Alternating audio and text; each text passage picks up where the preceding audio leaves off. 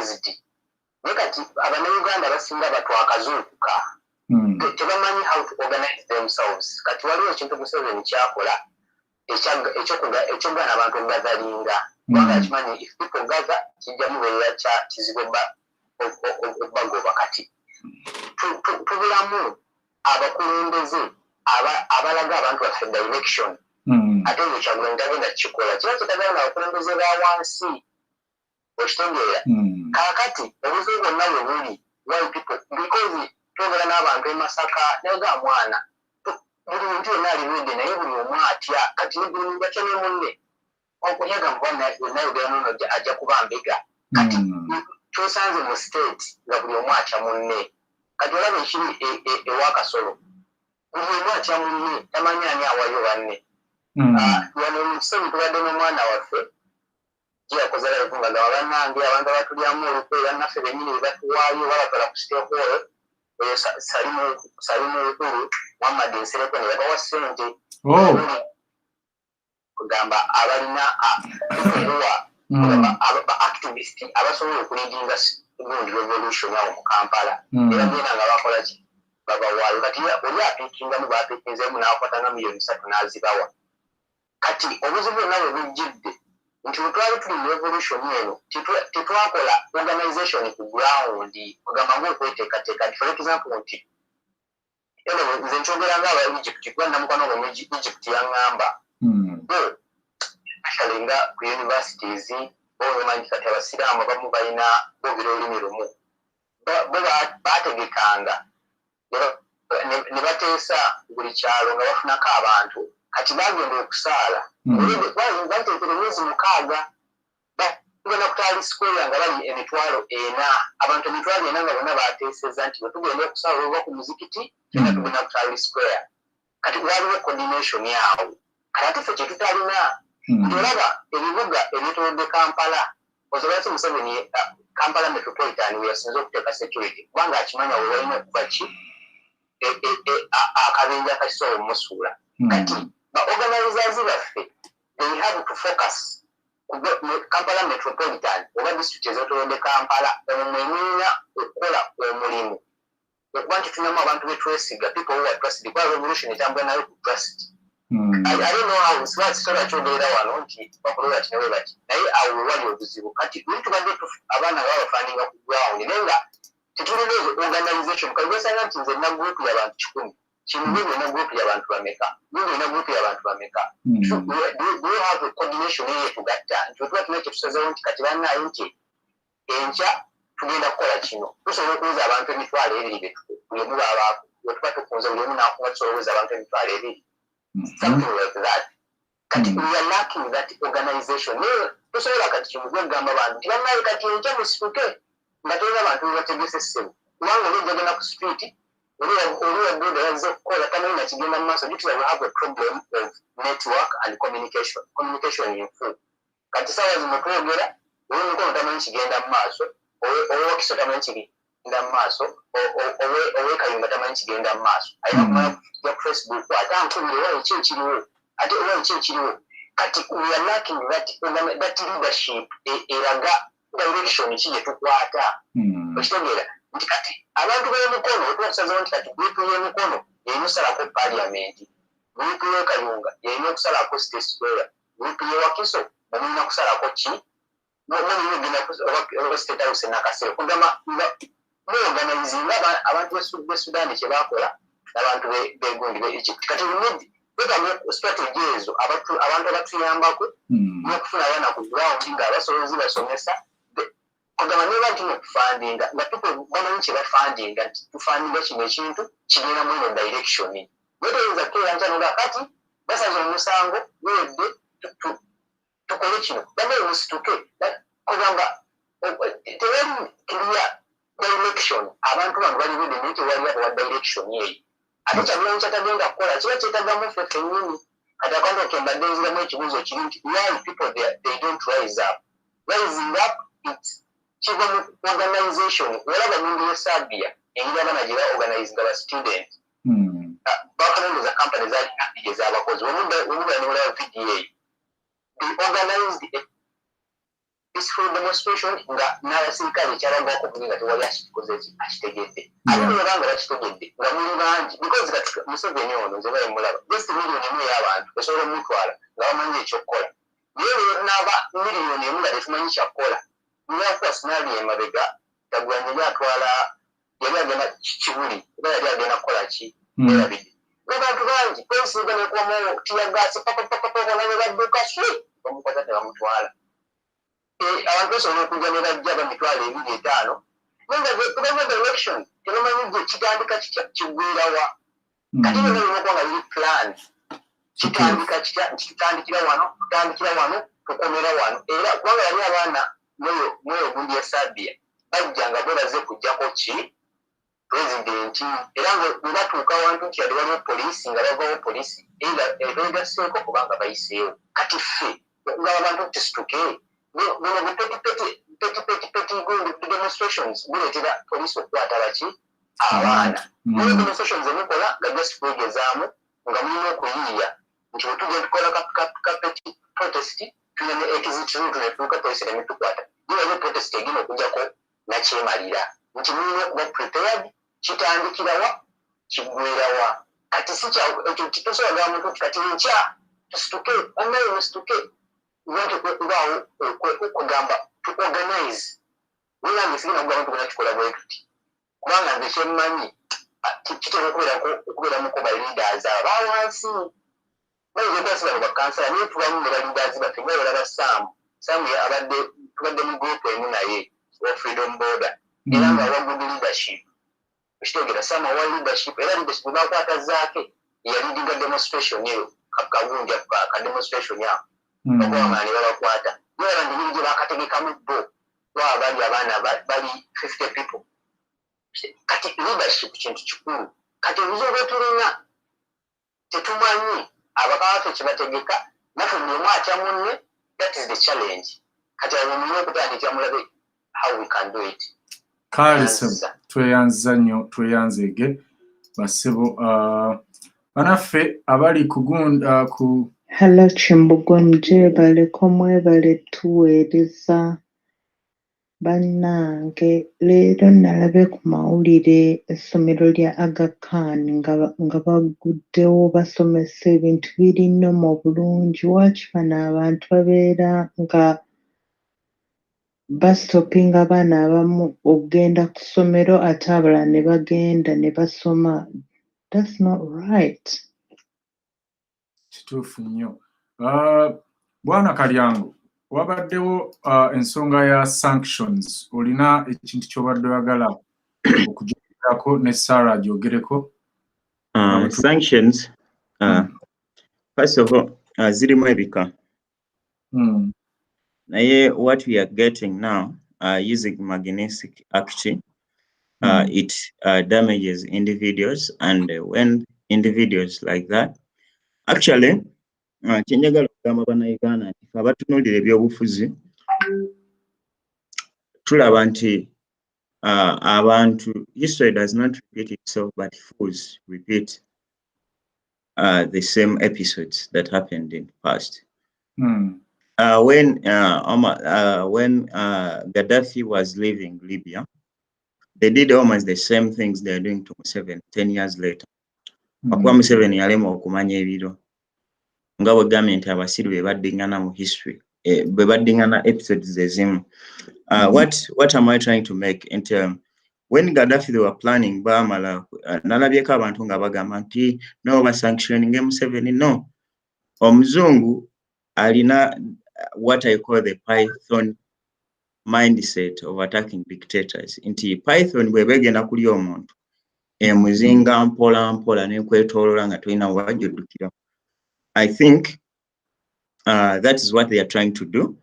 Era njagala ogamba abantu nti no bwe bakwata Momuyitani Mwami Mubigula, that was your name, your invention, Mr. Kimbugwe, oyo ne family ye lugenderamu kutuuka ku taata we.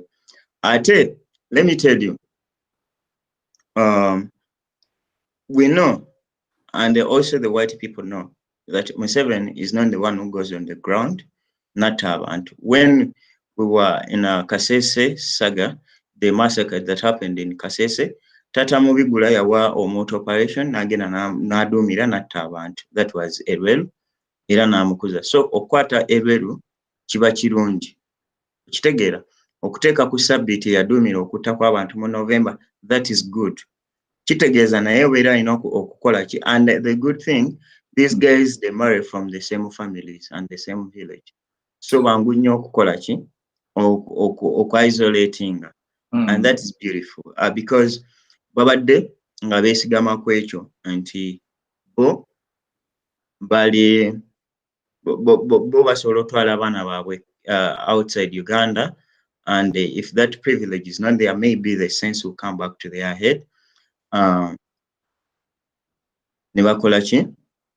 To their senses, ne badda mu Uganda. Another scenario which you can look at very critically, why Northern Ireland and UK now they have been given the new prosecutor of ICC, yet they are among the people, their embassies that closed and they chased away funds immediately, and also they're among the people who visited Honorable Kyagulanyi recently after the election. I think the trend, you know, on a dictator bali mukola ki, bali mukozesa the Python way. Nti tebapapa anate ekibeto okirinda ne kikenena.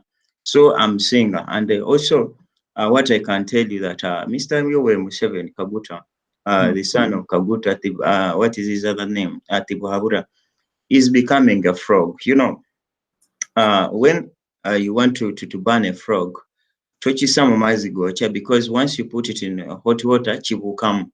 So what you do basically, lab. What you do basically, warming that water.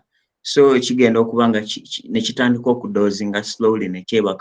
by the time the water reaches the boiling point, and that is how you should deal with dictators. You can borrow that from scientific way. I mean, the biologists, they use such tricks. And I'm seeing a frog somewhere in my country. Also sanctions.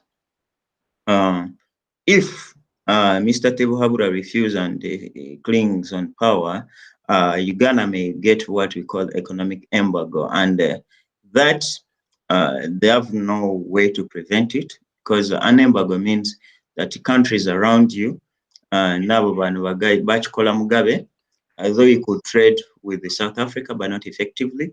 I've seen people saying that the UK is outside of EU. Let me tell you, when you read properly, if you have read the Brexit agreement, one of the things they did not tamper with was education and the market, because they knew that their people needed that, right? Even the free movement is not abolished completely because they value humans. I know. That aside, what I'm trying to say, sanctions, they are as strong as you cannot expect. Kubanga bana abagai tebakola malwaliro wakaganoonya cancer, and I know these guys, some of them, they are suffering from HIV. We had rumors. So they won't be able to access pain for blood changes, and that shrinkens their chances of living longer. You know, these things you may take them for granted, but they are really biting. I'ma tell you, and we understand. We understand the way it is going. And let me tell you another thing we should understand, that the United States, it works as an international policeman. No one goes against it. That's why even China, the mighty China, has to humble herself, because if you want to use force on Americans, you know, they can destroy you anyhow. Get if United States gives some of the biggest pillars, you know, Kale Kayihura at a point was among the most ranked good serving officers, cadres of Yoweri Kaguta Museveni. If today he cannot step a foot in the United States, that means that he cannot do a lot of businesses with European people. Era basobola okugamba nti oyo tumwagala, Abamerika bagamba oyo twamugana okukola business. Era Omuspain agamba nti okay, tugenda kujjanjaba Sirimu, go back. Omusajja ayogedde, America ayogedde. So that should not be taken for granted. I tell you, my people, when you hear me with this tone, it means I'm seeing some light at the end of the tunnel. Like I said, the birth to the new Uganda is going to be such a painful one. It may be a Caesar's one, but trust me, it is not going to be a natural birth. It is going to be a painful one, but we should bear that, and it will give us a lesson that the next leadership we're going to get in Uganda, we should not ever sleep again, because we gave this guy a blank check and we gave him a bank. He made our grandparents to walk into a bank with $1 million shillings, and they only came back with 70,000. He stole our money. Actually, we paid for his war unknowingly. Where did he put that money? And then he's paying us by killing our people, by preventing us from going to school. You know why?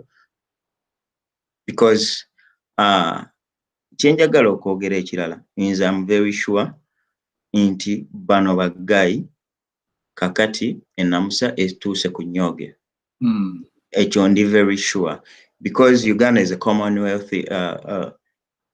government, and when you see all these countries turning and say we don't recognize your presidency, and I want to thank the UNN team and the Kimbugwe Live team that some of our fruits are already bearing. Today, a few days we started on filing these so-called judges, these corrupt officials that have been surviving in the junta, and we see that even Honorable Kyagulanyi is really giving attention to them. So that is very beautiful. We should keep on pressing them east to right center. Those of you who are thinking that talking is not an action, I told you, one of my best teachers, Teyanku Bakomiko Yangamba Bugambi, and that changed my life and my attitude towards life. That's why I'm a better person. All right. So we are changing the world. We are not just talking, we are changing the mindset of Ugandans, and this approach is better. But at a point, we have to bear the pain, the pain of the Caesar that is going to give us a birth of a new Uganda. All right. Kale katuwulire ku bano ate tufune ne munaffe Sarah nga tumaze okuwulira. Mukulu Kimbugwe nkulamusizzaako nnyo ssebo. Nze bampita Richard ndi wano mu UAE. Mukama wange sijja kwogera bingi, naye mbadde nkusaba ekintu kimu. Mmwe ng'aba public figures mutuyambe mu kugunga abantu baveeyo beerwaneko. Bwe kuba kweyiwa ku street beeyiwe ku street nga balwanirira bwenkanya na freedom yaabwe. Otherwise singa abantu tebaveeyo kukola kino, Museveni agenda kutufuga, bano abasajja pulaani yaabwe yakutufuga bumbula. Akiveemu akikwase ne mutabani w'oyo mubigula naye atukalakate. Naye bannange guno omukisa singa gutuvaamu mu ngalo zaffe bwe guti ne bugenda. Ebinaddirira tebigenda kuba birungi. Already tulina backup. Twafunye backup already. Kale kabaddemu bakuba abantu amasasi nga bwe bakuba abantu mu genocide eweddeyo bakuba abantu mu Kampala amasasi amayitirivu. Katulabe kati banaddamu bakuba. Bannange mu kugunga abantu baba basobola okuvayo beekalakaase baveeyo bibyo ebyange mukama wange. Weebale nnyo okutuweereza Mukulu Kimbugwe. Kale bambi naawe weebale nnyo okulaba. Onagambye, hello, I want to talk to on your live to Ugandans and Prose. Okay. Kale, Prose ddamu okuba essimu tujja kuwa omukisa oyogereko n'abantu. Bane live yaffe bagikuttemu esoose. Simanyi oba mukirealizinze naye tumaze ne tukomawo mu style. So, tulina okumalayo amasimu gano session yaago. Mwami Kimbugwe, bannange mugyebale, mwenna muli basajja bagezi bannange. Mwenna. Mukyala Saala, gwasinga mu kino ekintu ne Sandra. Mwenna mwebale nnyo mwebalire ddala. Obudde bwammwe na buli kimu. Leero njagala kusiima. Bannange mwebale, muli basajja bagezi.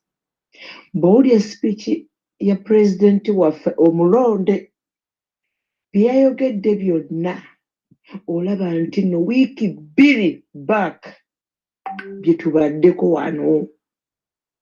Olwaleero avuddeyo n'abyogera. Okitegedde? bannange leero sigenda kuteesa mugende mu maaso mwebale nnyo mwebale ddala. God bless you all. Okay, God bless you too. Omukizo mulangira munnange mwami Kimbugwe njebaleko ate Liverpool tububye naye ndi mulangira ate oli mulangira tutuufu embi tubagira Liverpool naye si kyekikulu ekyo.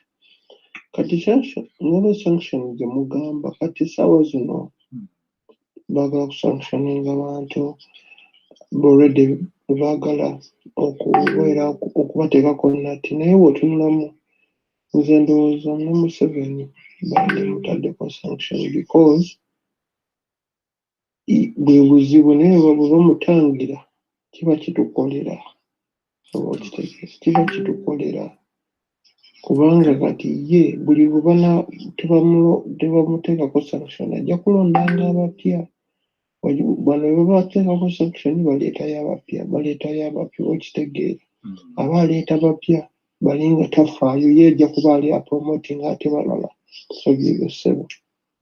Kale weebale nnyo munaffe atulabe ono ali ku ssimu. Hello Wanji. Good evening to you. Thank you. How are you? We are very fine, thank you. That's lovely.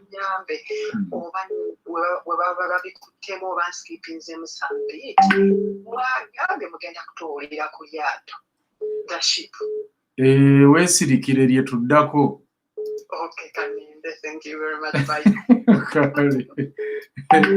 Abantu nga temwerabira no naffe tubeera twagala nnyo bawuliza nga ddala muwulira okumanya nti muwulira. So eryato tugenda kubabuulira what's going on with eryato n'okujja amagye ga Somalia okusazaamu diiro ya AMISOM. Ebyo nno bikulu nnyo naddala birungi nnyo eri banna struggle kubanga tubiwulira. Katulabe ono munaffe. Hello? Nkukutte. Okay.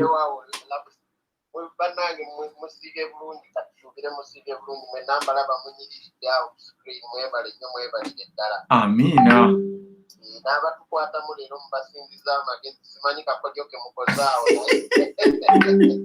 Batukutuddeyo bekecwe naye naffe ne tugamba tetujja kwogera buli lwe twogera nga tetunnaddako kitutwalira ebbanga ddene kakati naffe tusirise ne tuddako mu kimugunyu. Otyo ku COVID awo omanyi njagala tukkirize tugaane nja kubanga awaana naye siwaana Museveni oyo si musajja busiru leero lwenkakasizza otyo mbadde naakamaliriza olwaleero I finished my 200 systematic literature review concerning the role of vitamin D in the impact of COVID-19. Well, of course, clearly, Africa is not smarter than Europe. Yeah. But there must be another factor. So in-depth studies that have been observant but systematic, vitamin D is a very big factor.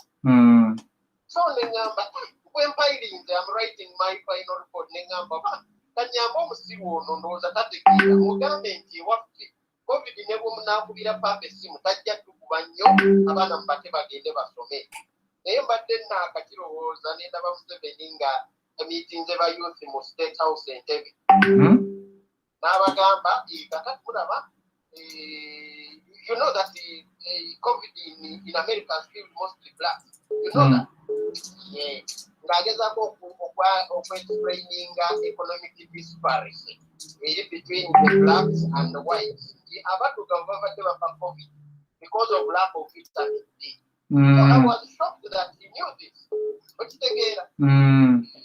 But maybe they didn't reconcile with you know, Musana is the reason why we have been surviving, not because we are smarter.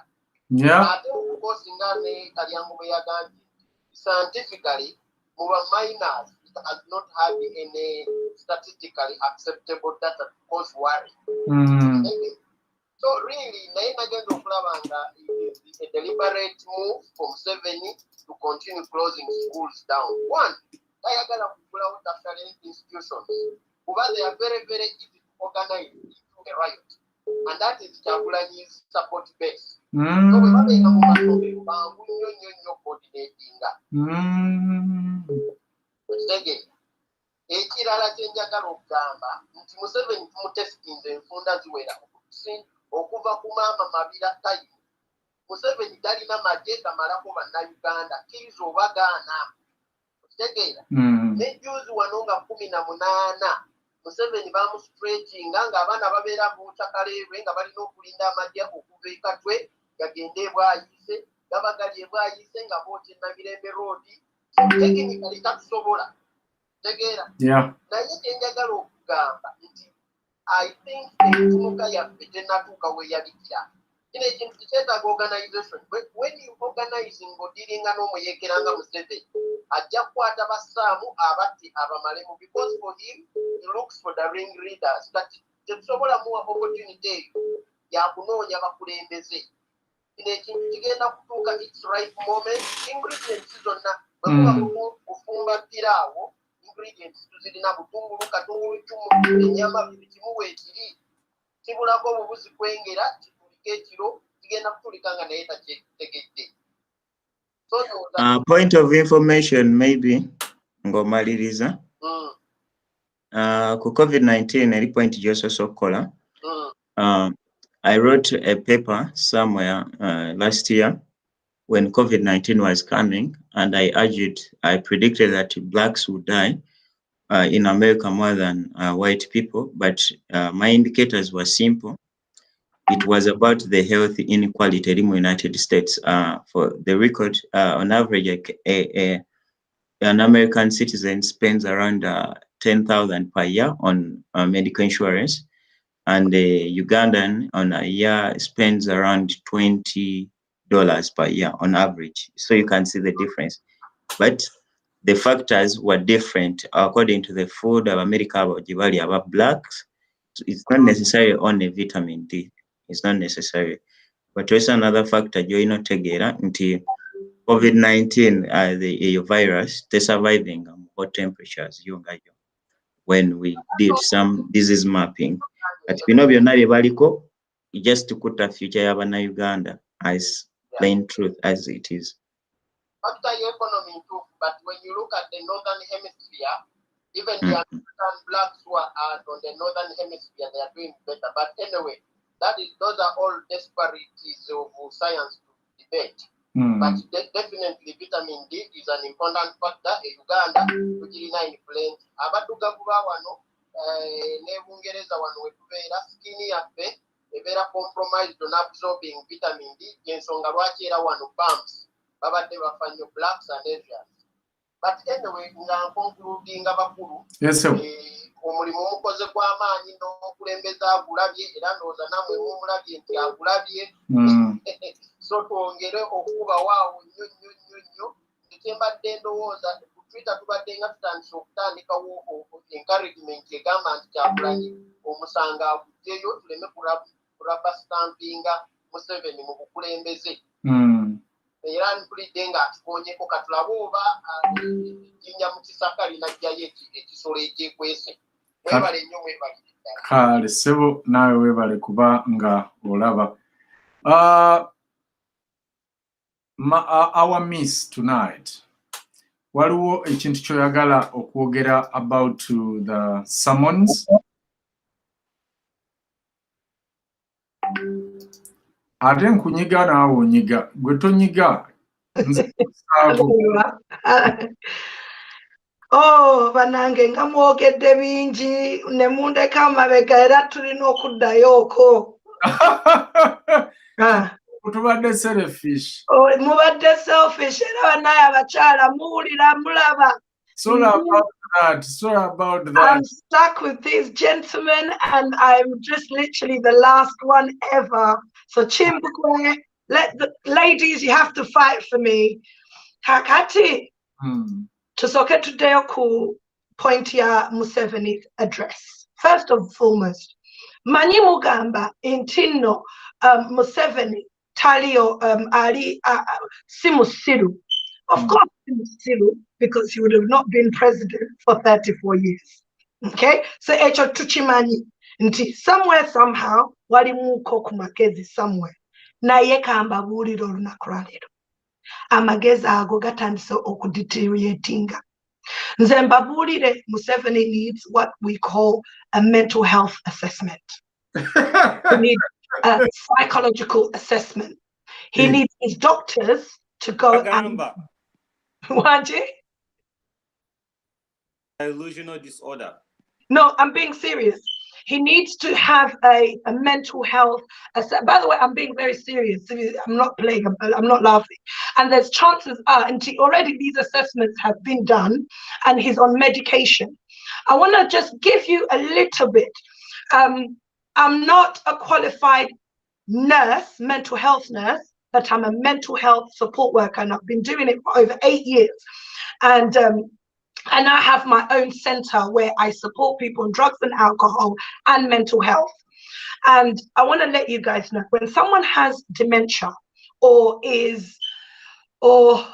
could have dementia, I just want to tell you what dementia is. It's the loss of cognitive functioning. That is your thinking, your remembering, and your reasoning. Now, ladies and gentlemen, if you have been seeing some of this man's addresses, you would have realized and you would have noticed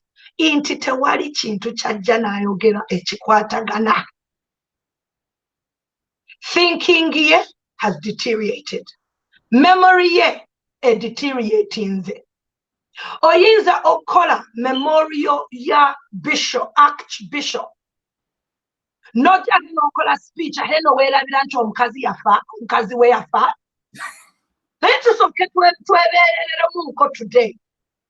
Huh? I don't know where I belong to mkazi yafa.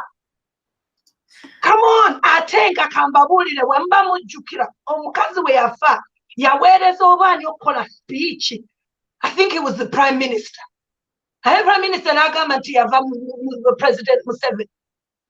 Katatoru Nakurano as that Nago Ambachi, attending the Yalitama. 2. Techidara Chenjakalo Gatako. Alina staff, alina abantu abamukolera mu military, mu security, mu departments or na ministries mu NRM, this fake regime of his. Okay? No ngamba akate no jate no yogera when you are there's a word, you are contradicting what your staff are saying. Bali bazze bo bagamba nti tebabimanyiko era muleteze listi oli ayogedde kiri oyayo ate naawe nojja n'ogattako ebyobusiru. Naye bannange bannayuganda nze buli webakulira kwegamba omugenze ne mulaga video eno story gye tugenda okuddako next. But now I'm putting denga. I had shivers going through my spine. I had shivers all over me. Because I'm telling you guys, banabantu bali ku altar. Balina altar, jabalina munyumba yawe, your state house. Era for state house, sister tujagala, era tetujuwa. We are not going to go in the state house. That whole place needs to be broken down and rebuilt again. Otherwise, twesigale magere. Lekanawe.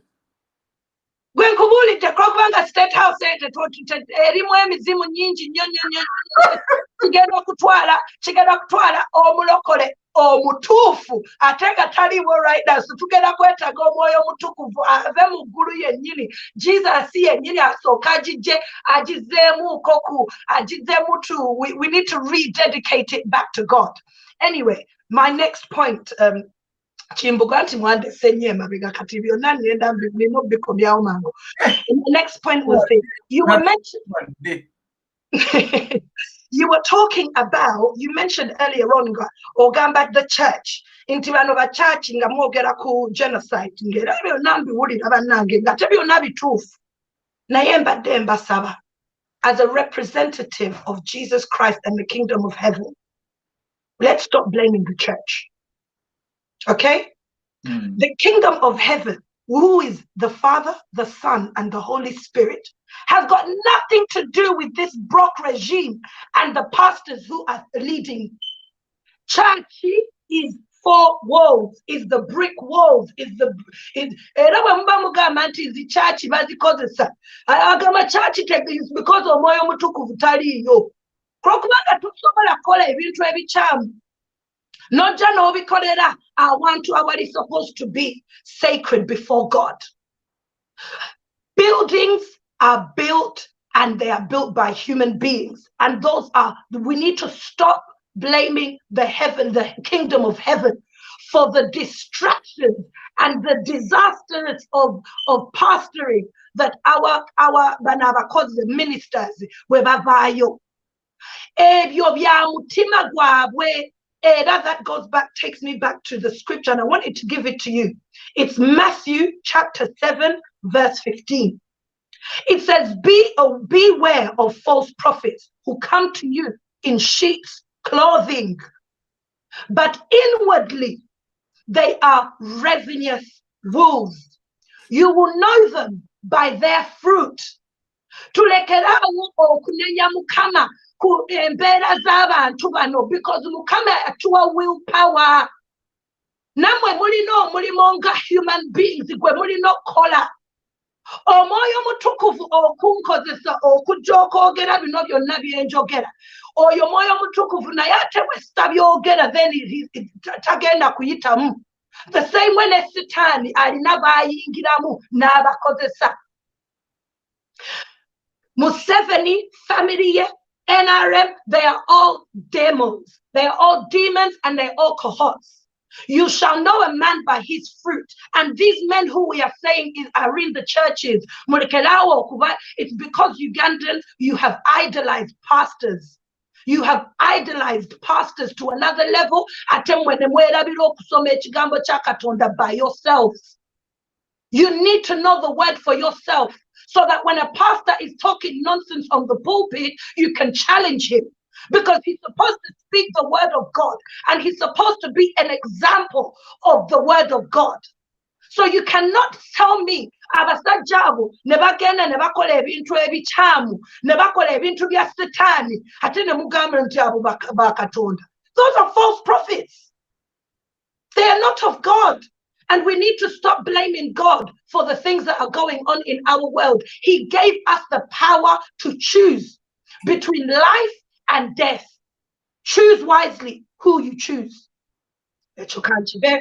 Come moving on to sanctions. Sanctions is,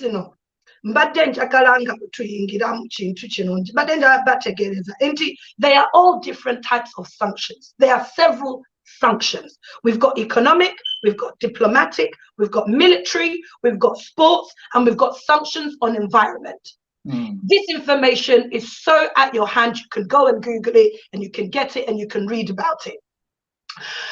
Us as Ugandans, the economic sanctions is what applies to us, along with the Manifki Act. When these two things are collaborated, they will benefit Ugandans. They will benefit Ugandans, because now what happens is, this is the law. This is like the higher court. Sorry, please forgive me. Our excellency, our elected president, Robert Chagulanyi Atugambye, okay, that if we can't trust the Supreme Court, we're going to go to the People's Courts. The same way, if any of these courts mess us up, the reason why we are looking up at these sanctions, or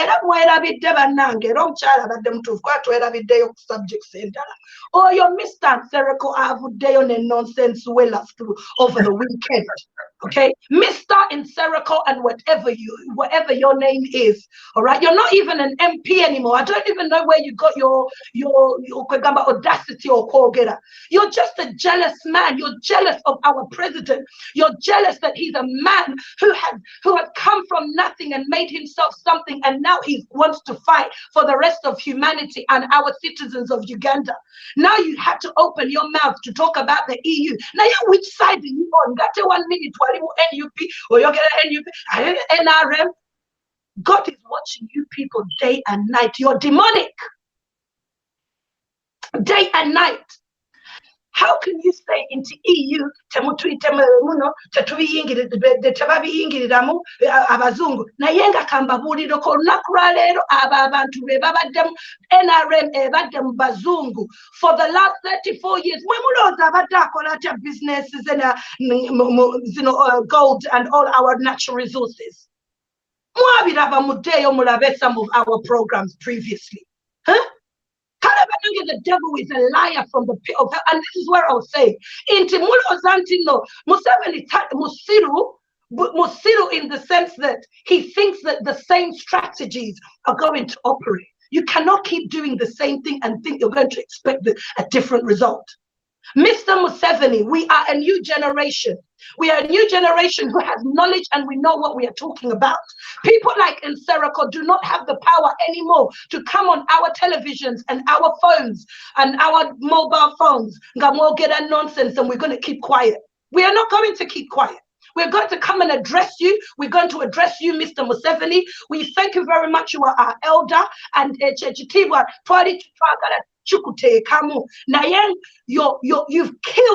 you've killed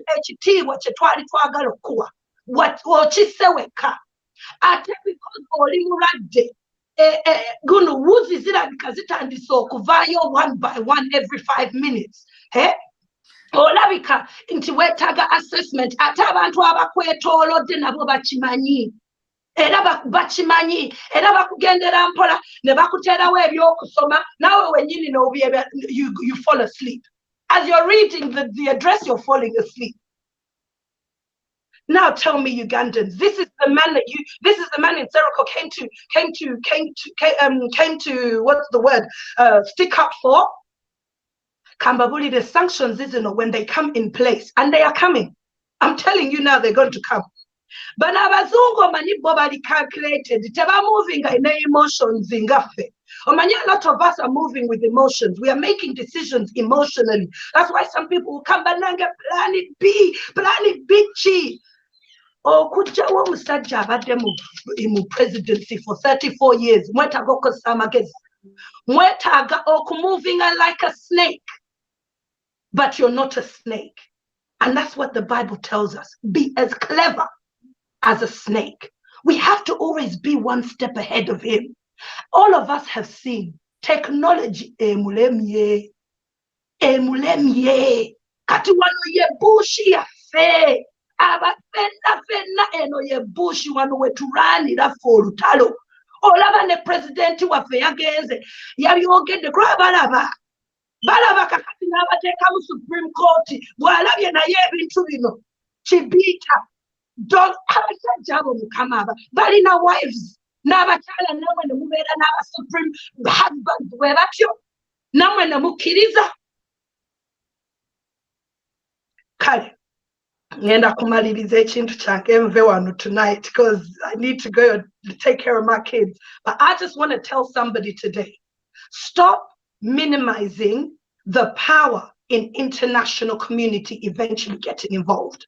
Because when the EU puts sanctions and the EU can put it as an agenda and start talking about it and remind us of our human rights, trust me, fellow Ugandans, trust me, do not play with this generation, because the work we are doing on social media and the work we are putting in technology, abazungu tebalina choice bagenda kuwulira Uganda. Wali anti Uganda badde sirise bali bagiyita Pearl of Africa at one point. Kati badde sirise because of Museveni pretending we are peaceful, we have peace. Peace could zilch.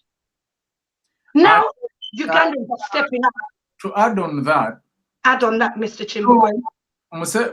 Tata Mubigula agamba nti abazungu Bobi Wine awaddeyo ensi abazungu bagitwala ate kakati alina ttiimu y'abazungu gye yasasudde to come on social media bavumirire Bobi Wine. Na receivinze ka clip last night. I forget today to share it with you guys. There is a lady and a gentleman made their own Kimbugwe live, and I heard they paid more than $8 million for that propaganda project. Nga abantu bano bavumirira Bobi Wine bagamba nti okay, it's okay Museveni okubanga avaako naye Bobi Wine is not a right person. Uganda, you have to choose again, give Museveni chance of at least this term, then demu muchuzinge mutunule muchuzinge omuntu omulala. Engamba kakati naye Museveni era ddala wuzi nga bw'ogambye wuzi ezimu zigenze zikutuka. Kakati ate abazungu b'ovumirira nti Bobi Wine gy'atunze, ate kakati bw'oguze ate okuvumirira Bobi Wine. Maliriza mukwano. Maririza Kimbugwe can't stopping out, right? You know, if I go on, njakogera wana ebintu munange mujja kunkowa because Chinuma ate ng'omulokole, by the way, Chinuma nyo as a believer in Christ. I don't believe in religion. I'm not religious. I believe in having a personal relationship with Jesus Christ. And me personally, Omoyo Mutukuvu Jayanzija, mani what Bobi Wine is for him to come from where he's come from and be in such a position that he's in, because it can only take God.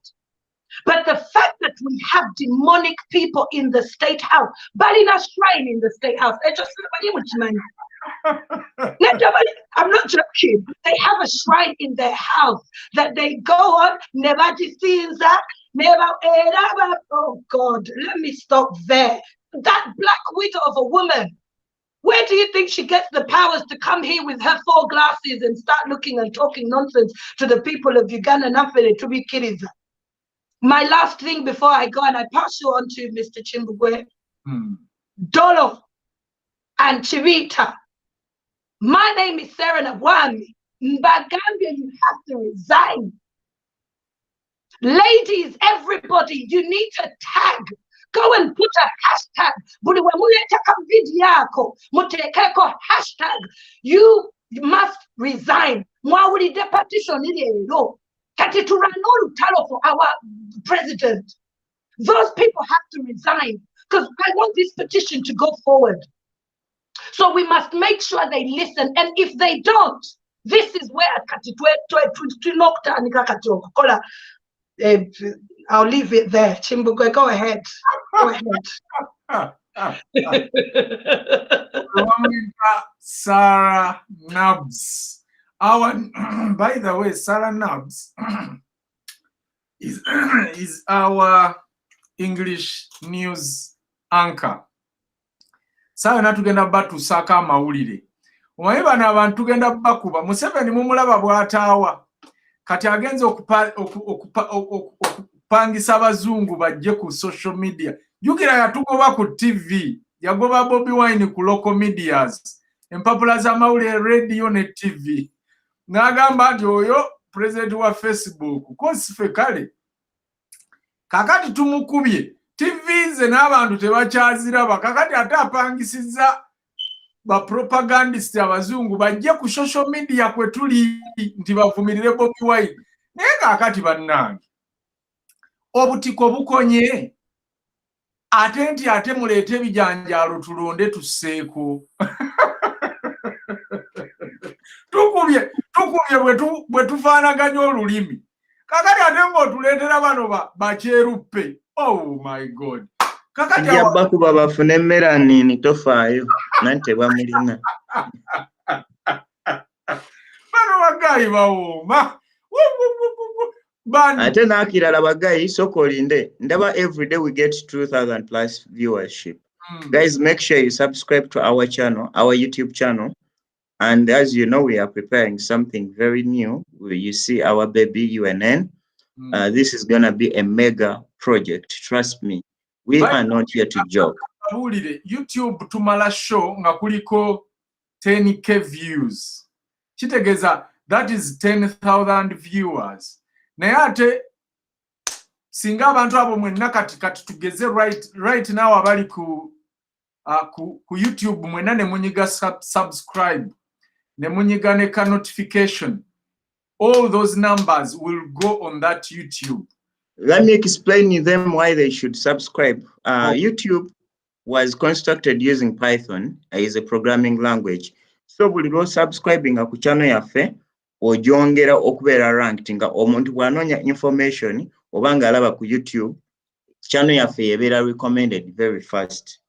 Okitegeera kati awo information eba etambula ate namanya n'ategeera omulala ate twabagamba umbrella weetuuka duka temanyi zino zi drone.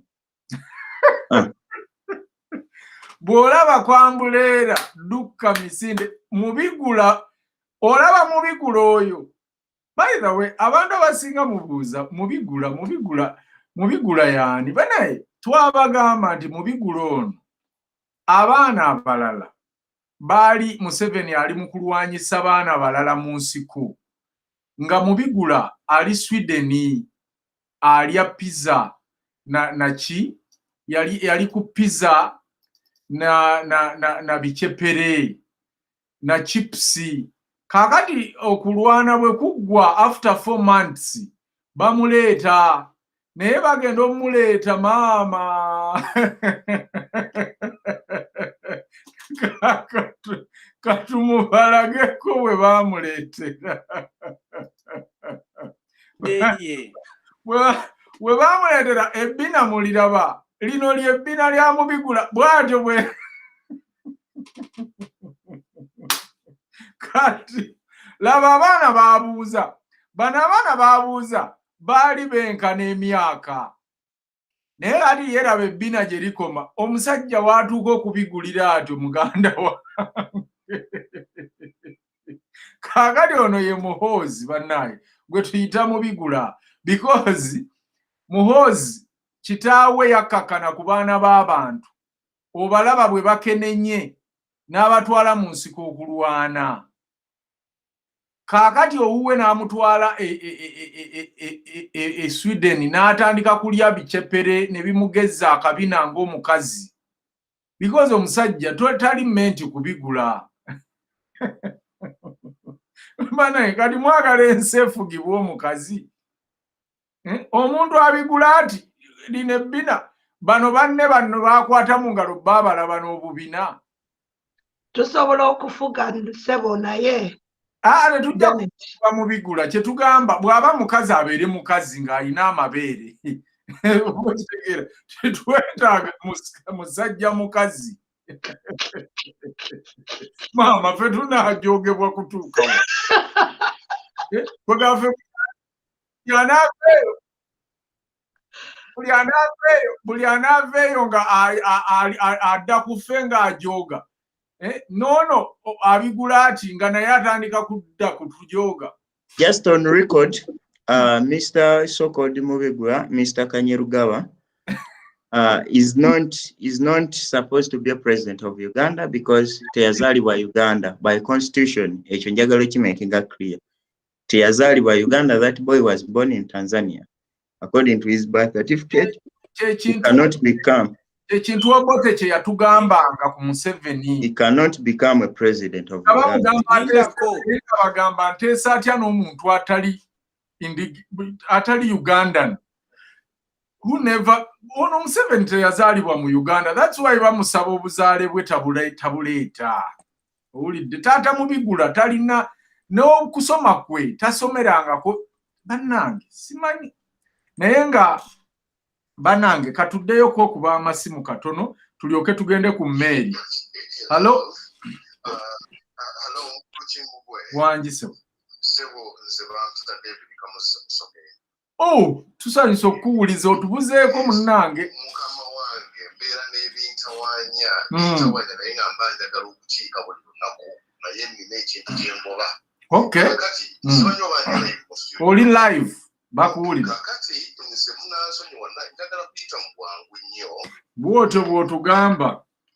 Asuubire togira bannange katandike kakati nze gundi yange ekintu okuteesa okwange kuli gwa wetuddako. Olwaleero pulezidenti yatugambye nti alabika agenda withdrawing omusango ogwo atuteeke mu kkooti ya public opinion. Okay. Now bw'anaaba atwadde mu gundi public opinion problem gye tulina nti Kyagulanyi talina muntu yenna gwagenda kugamba kiziddako. Okay? Now, where Uganda is standing at the moment, tulina issues, okay, to start with as a country.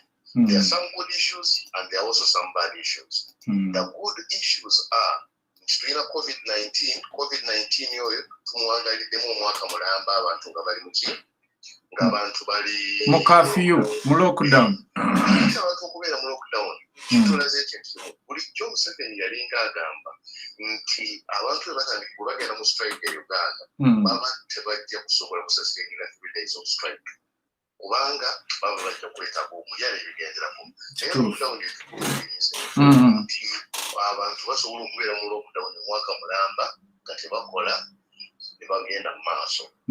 So that means COVID is a good issue eyo. Second issue which is very big also, Uganda as a country is very broke.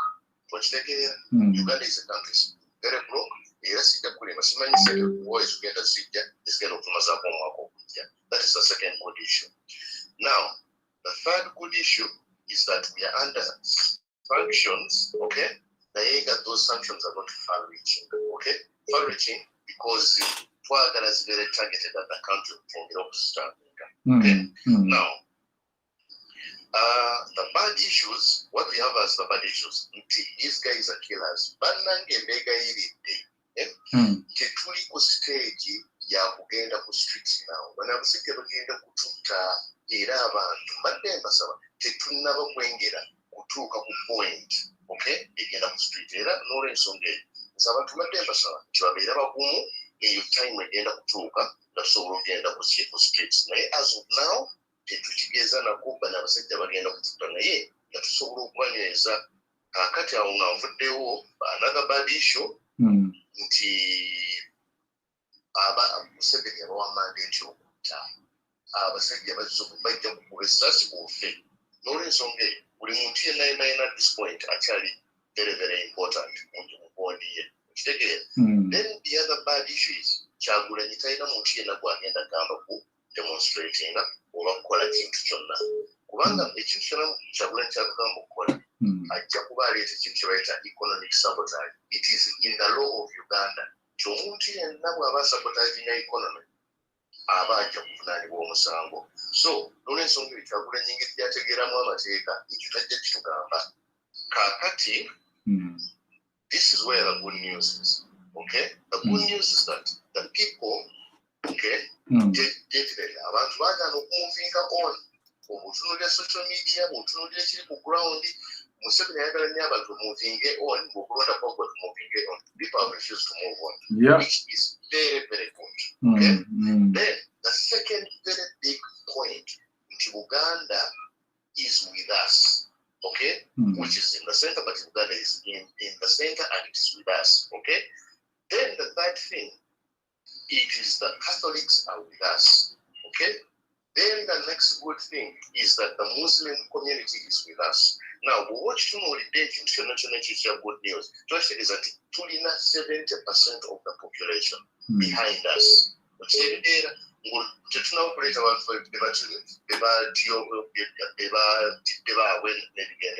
Now, these are my proposals. Proposals are two-pronged, okay? Prong is soccer to be diaspora, abantu abali mu diaspora, okay?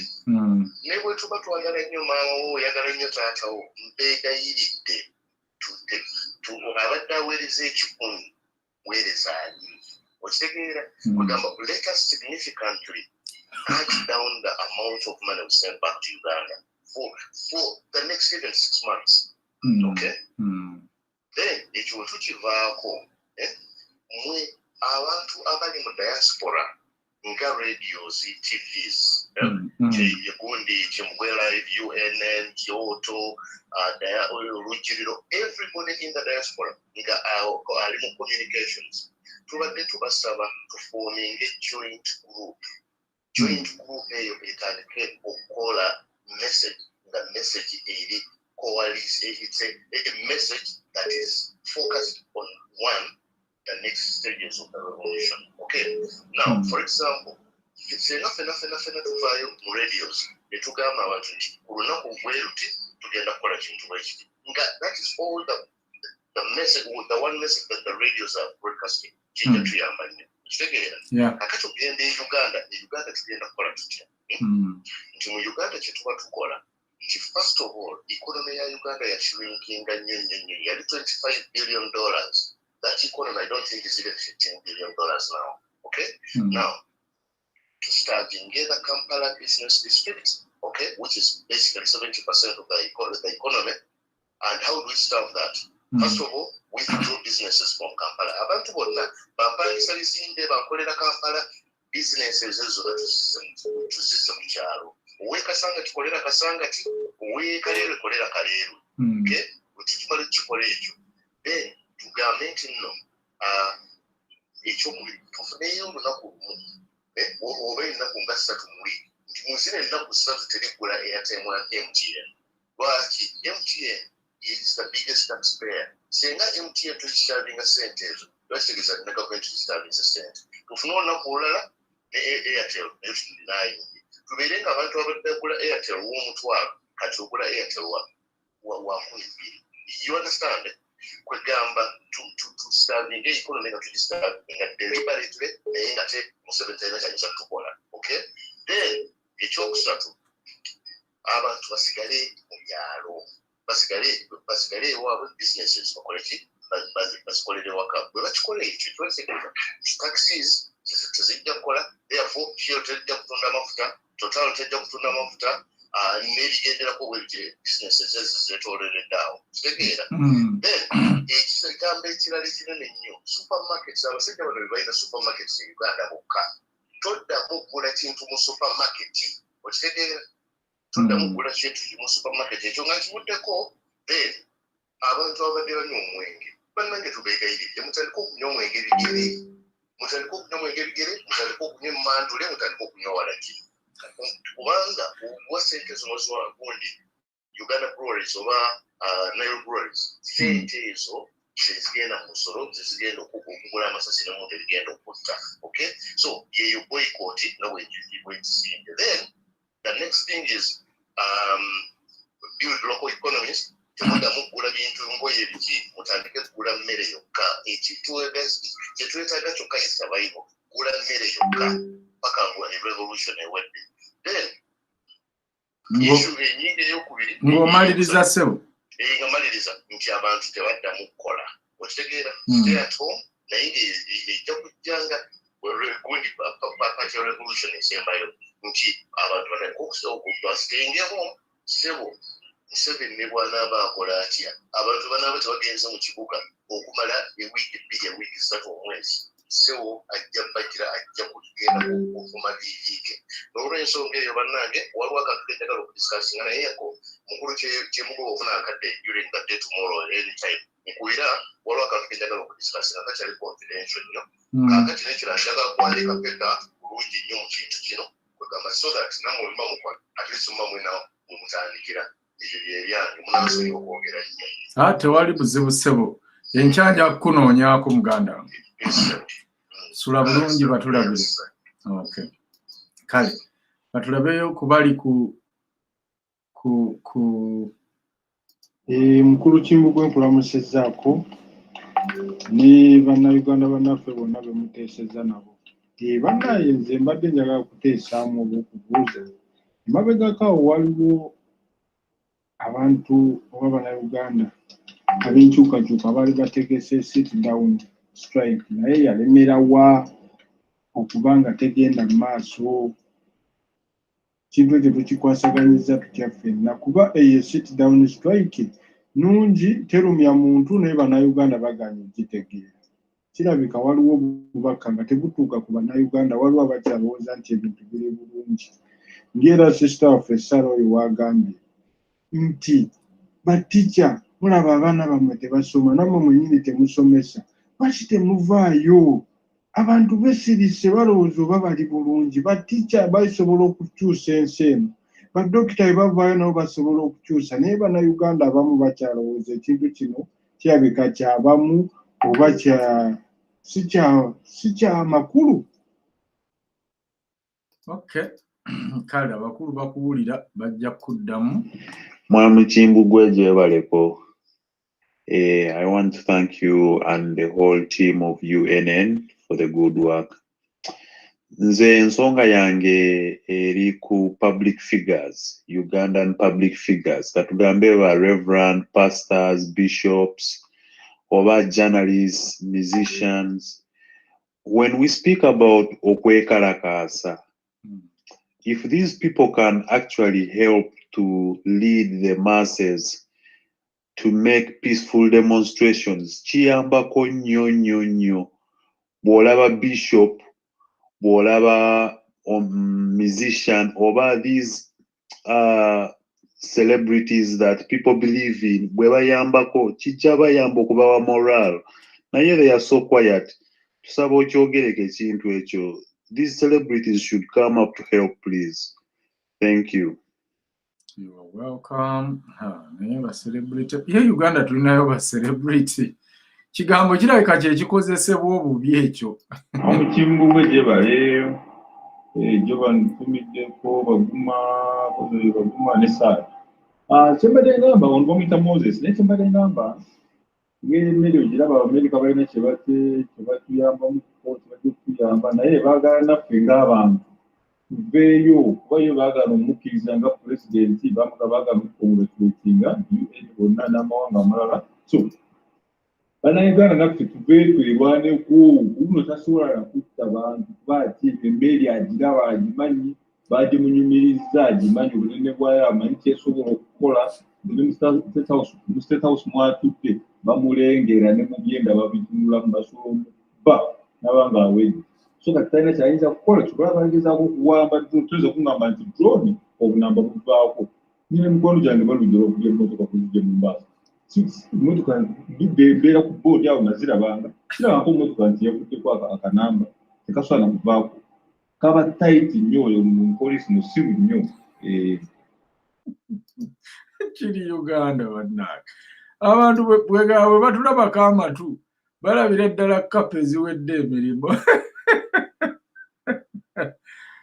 Okay. Unagambye hello UNN team.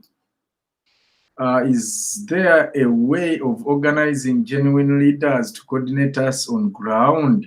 A big number of foot soldiers are ready for the next action, but we lack genuine leaders to coordinate us. Thank you. Okay.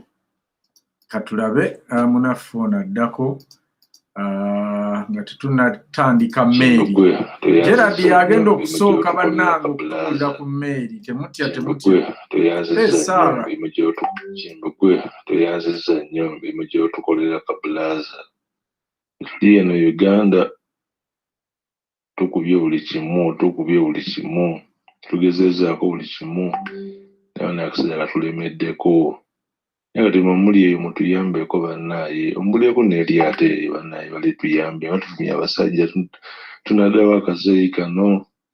Mutuyambe obuyambe mwana. Akasajja kano kalina okuvaako simanyi na kumanya abaana bafa. Twekweka tetukyalya mmere. Tuliira mu nsiko emmere. Ekitegeera. Tetubeera ku mirimu gyaffe. Tetumanyi na kumanya mwana mutuyamba. Asajja botunyoonya.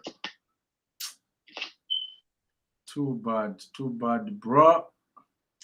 Naye mulimu tugukola bannange. Mulimu tugukola just mbulamu katono nnyo. Naye kigenda kuba temutya. Mulangira Kimbugwe, please listen to this audio. I'm Ruth based in UK. Someone send it to me. Kale. Audio njagiwulira erabika tebadde ya mpewo. Ani wano omulala gwe twagala okuwulirako. Unagambye it's sad story naye you are killing us with laughter, but thanks guys for opening our eyes. Tata Mbigula is suffering from memory loss. Nange abaana bali wano nange banzise enseko siggwe wekka bayogera ebigambo tobirabanga. Mukulu Kimbugwe oyogedde ku nsonga entuufu ey'abasumba abo. Abasumba 50 bonna abaagenze ne bakiika ewa Museveni juuzi lwe baagenda ne beekubya n'ekifaananyi bali abakumi 5 n'abagabula teyakomye ku ekyo kyokka bonna yabakwanze miliyoni 10 nga bafuluma n'abasuubiza n'obasuubiza nti agenda kubawa tractor 300 eyo gye yatuuliza Kayanja wansi n'amala omulubyukiika kubanga yayogerako nga batulugunya abantu n'amulangira n'omulagira nga bwe yabugaggawaza abantu bonna mu bagambe tebaddamu agamba kanisa baalidde dda ssente eziwongeddwa owa sitaani abo abasumba bali emmere ya bayaali tebakyawulira Katonda balikolagana na sitaani butereevu abantu mu bagambe badduke baveeyo. Amiina. So ekyo tulinawo wano omusumba ajja kukikwatako katulabe Madiina kyatugamba. Simuzigaanyirivu naye meseji yange gye mbadde njagala okuyisaawo mu bwangu contribution yange. Ekintu ekyenjagala okubeera abantu baleme kibuusa maaso ye systemic way abantu bano gye bakozesa disablinga a certain part of the community, especially central. Kati luli obadde olaba nti abaana baffe babadde basoma nga tebafuna mirimu naye ate lisinga bafuna minimum qualifications ezibatwalako mu mawanga ag'ebweru ne bakola ebirimulimu ate ne baza ssente ezo mu famire zaabwe ne mu community yaffe. Naye kati abaana baffe babagaanye okudda mu masomero tujja kutuuka ekiseera nga abaana be tulina abasinga ne O-level tebazifunye nga n'obulimu bwe bafuna okugenda mu Buwarabu okuba ebiro tebakyasobola kubufuna. Kati awo olabire ddala ddala obwavu obuunya mu central obuyitirivu nga bwe baakola Busoga ne basigaza Kadaaga naye nga n'envunza ziruma abantu kubanga ebikajjo baali babisibye ikonomi y'e Busoga. Kye kigenda okujja e Uganda nti abaana baffe bagenda bajjako even the minimum education tubeerere ddala a very crippled society. Actually, ku ekyo njagala okwongerako ekintu. Mbadde sinjagala yisaawo kano. Anti gwali olwedde mbadde mukutte katuma. Hello? Enyabo. Mr. Kimbugwe. Yes, oli live. Kimbugwe live. Oh, the process, okay. Yes, Nyabo. Where were the kuweereza? Kale era ndabye ka message ng'olaajana ne ngamba kankukwate. Bannaye lunaku ndaalya na lunaku nkulaba era nkwebaza nnyo byonna. Enyabo. Nkwebaza nnyo zonna by'okola. Naye nze ebintu ebisinga mbadde mbigobera mbiwulira. Naye kyendabye oba kyendaba mu Bannayuganda ekisooka kiri mu ddiini. Bannayuganda baba basirwaliza mu ddiini. Babalaga Katonda, babalaga nti Katonda ali mu abo ababaweereza. Okay. Bayibuli kati abasumba bwe baamala okwonoona Bannayuganda tewali Munnayuganda yenna agenda kuwuliriza oba agenda kubamu kutya ng'akyali mu basumba nga teyejje mu kutyanga. Ekyokubiri, Bannayuganda baagala nnyo balwanirira era nze mpulira ebintu ebisinga ebyenkooye. Banaye mutuyambe, banaye Amerika mutuyambe, banaye Europe mutuyambe naye nga bo tebeeyamba. Ekintu kya drone manyina okuyomba nzeka wano Mr. Kimbugwe. Balaze drone mutukubye ne kamera kati bane drone yina wane tutwala bane drone wane tutwala lwaki temutyotya? Lwaki temutyotya nabo babeeko kye bakola. Nina omuntu kajjo gwe nawulidde nga baziika Saamu ng'agamba nti ffe n'abatumanyi tubamanyi. Bemba mubamanyi mukozeewo ki baddeyo balabe abaana oba omugigi ogwajja Mandela kukulera gwakola kutya. Kyegwasooka okukola kwe kukwata abo abaakulyangamu olukwe ne gubakolako. Kwe kukwata abo abaakulyangamu olukwe ne gubakolako. Era oluvannyuma abalala bonna abaali baagala okulyamu omugigi ogwo olukwe baamala ne badda ku bo.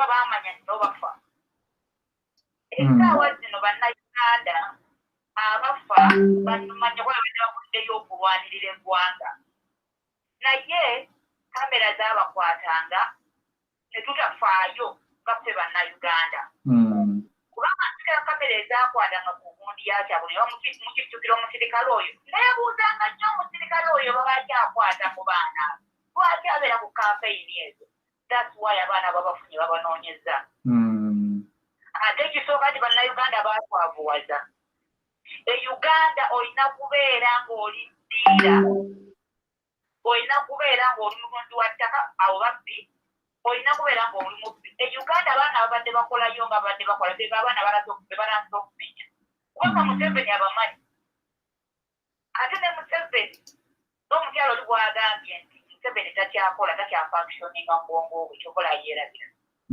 naye obuzibu buli kuba mwetoolodde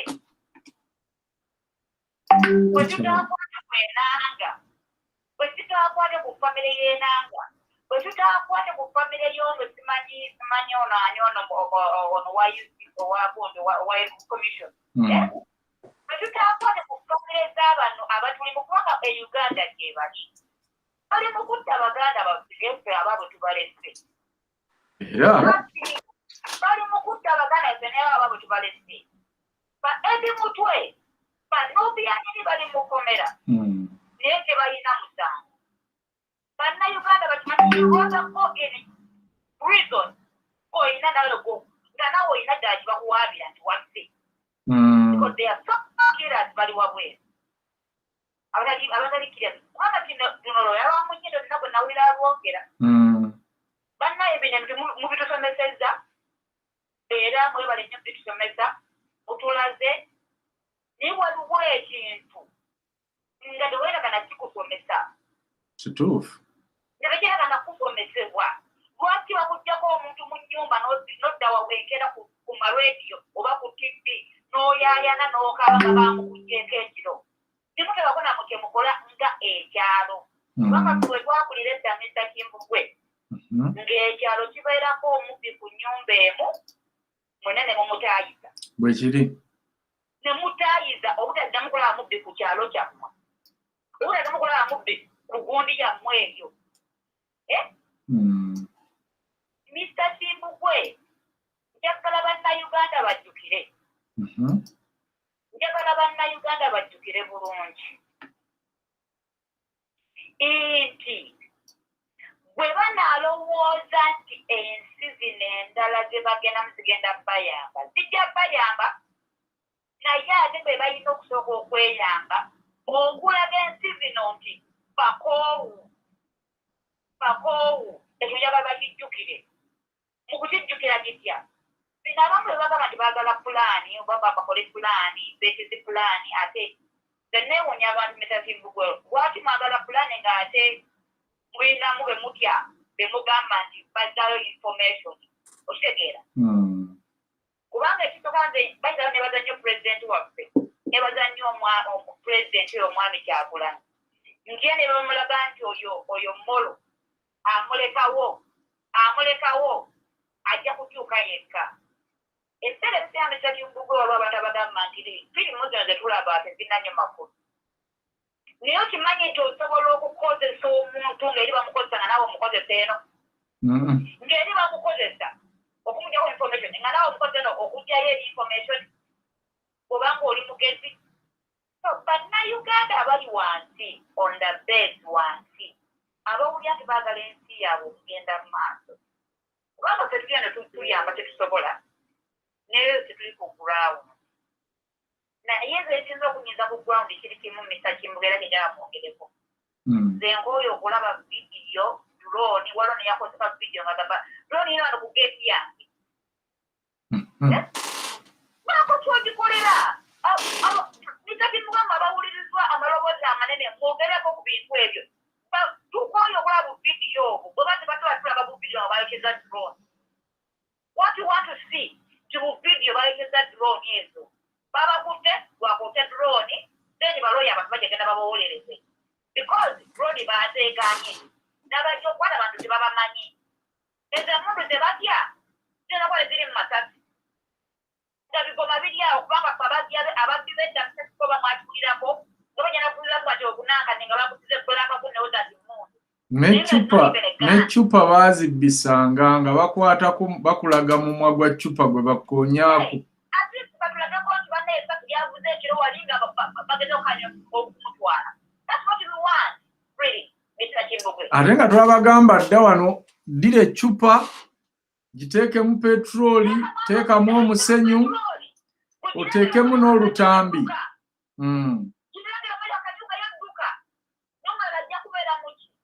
Bannayuganda baagala ekintu kimu, bannayuganda mbakoyega ekintu kimu. Mutuyambe tufuge mutuyambe nga bo tebeeyambye. Leero ne Katonda gwe tusinza. Ayamba yeeyambye. Ayamba yeeyambye. Ne Lubaale naye agamba nti nsaba naye nga naawe embiro. Ate nekirala ne mu kitabo ekitukuvu olaba tugamba nti bw'obanga otali n'olaba nga tofunye. Go another mile. Go another mile. There is that another mile. Naye n'ekirala kiri bwe ng'omaliriza nnyabo. Nga mmaliriza. Naye neyanziza nnyo n'ekirala kiri bwe kiti. Nti bannayuganda abasaba basabe nga balina ku magezi agategeera. Tebasaba busabe. Bannayuganda abatasaba nga bawulira baagala ensi yaabwe era nga bawulira tibakoye okufugibwa enfuga eno eriko. Let them fight, not just sitting down. Naye mbeebaza nnyo, mwebalire ddala byonna, mwongeremu amaanyi, n'abazungu bano mwongere okubatuukakira kubanga ebyo bye mukola bibakaka okujja gye baatujja ne batufuula colonized bakomewo batereze ebintu byabwe olwo bwe babitandika. Kale naawe weebale nnyo, weebalire ddala. Hello Mr. Kimbugwe, webala nnyo tuweereza ne Giovanni ne Kalyango n'omukyala ali awo. Twebaza nnyo. Mr. Kimbugwe, waliwo omwami yavuddeko awo ng'agamba abantu okusigala ewaka, naye tulina chance emmere yazze ey'Abamerika erinda spark n'ava mu Uganda. Otunaakola sit-home strike tebasobola kuvaayo. Ebintu ebiri modern kati boycott kituufu naye boycott za dda. Boycott saa mulembe guli modern. Teri gundi social change gye mu nsi mu biseera bino nga ya boycott. Minimum mugiraba yarayizinze eddoboozi liri maaso ensi yonna egyogerako CNN ebaliko. Abantu batayimuke Uganda egenda kufa nga tekyaliyayogera. Tukyali nnyo mawulire kati ga international news nga bwe twali emabega mu kulonda. Abantu balina okuyimirira, teri muntu agenda kutta abantu. Abantu balekerawo okuleeta message ey'okutiisa abantu tebagenda batta. Kuba olwedde abantu kati beekalakaasa naye abantu bali mu batta. Balekera mu preaching message y'abantu okubanga bagumu. Abantu baveyo bayimirire. Eddoboozi liwulikike. Bye bibalo bye basindikira Museveni. Museveni tali bulungi, amutaddeko pressure y'amaanyi. Kati mulina okupuleyingirako eyo pressure, abantu magaya puleyingireko eyo pressure, ate si kukakkana. Kwe kukuteesa kwange munnaaye, era ekira munnaaye. Program party emu mwogera oluzungu, wano olaba Nigeria, olaba na Ghana, waliwo abantu bangi baagala okontributinga ku show yammwe. Naye babeera blocked out. Okitegeera kuba program ebeera mu Uganda, mulina abantu basobola okwogera oluzungu kuba show eri international, muli kitadde ku social media. Mwogere ku luzungu. Abantu Giovanni ayogera oluzungu. Okitegeera mufuneko oba gwe oli wa Luganda, omu ayogera oluzungu, ayogera Oluganda, ne mumikisinge. Audience zonna muzikole kimusobola ozidominatinga naye nga temulina audience emu. Kwe kuteesa kwange okwo munnaaye. Webale nnyo ssebo. Webale nnyo naye ssebo message ye ebadde ya dakika 2 olulala nja kugikomya ku 1 minute. Naye webale kuteesa. Hello, Mr. Kimbugwe, salamu alaikum.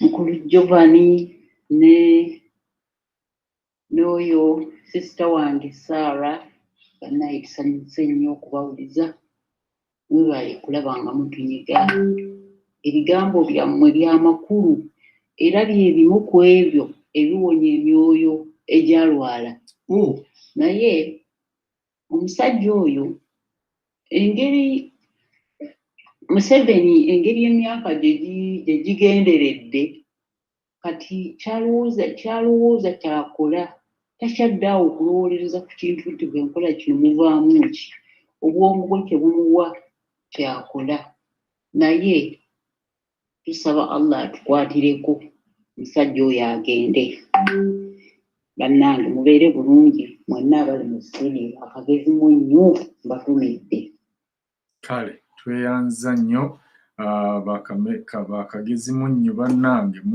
babagambye kakati ensonga ya Mary njagala kutandika ne Sarah kuba njagala mute abakulu bano basigale nga bagimemengula. Sarah tutegeddeko nti ddiiru ya Uganda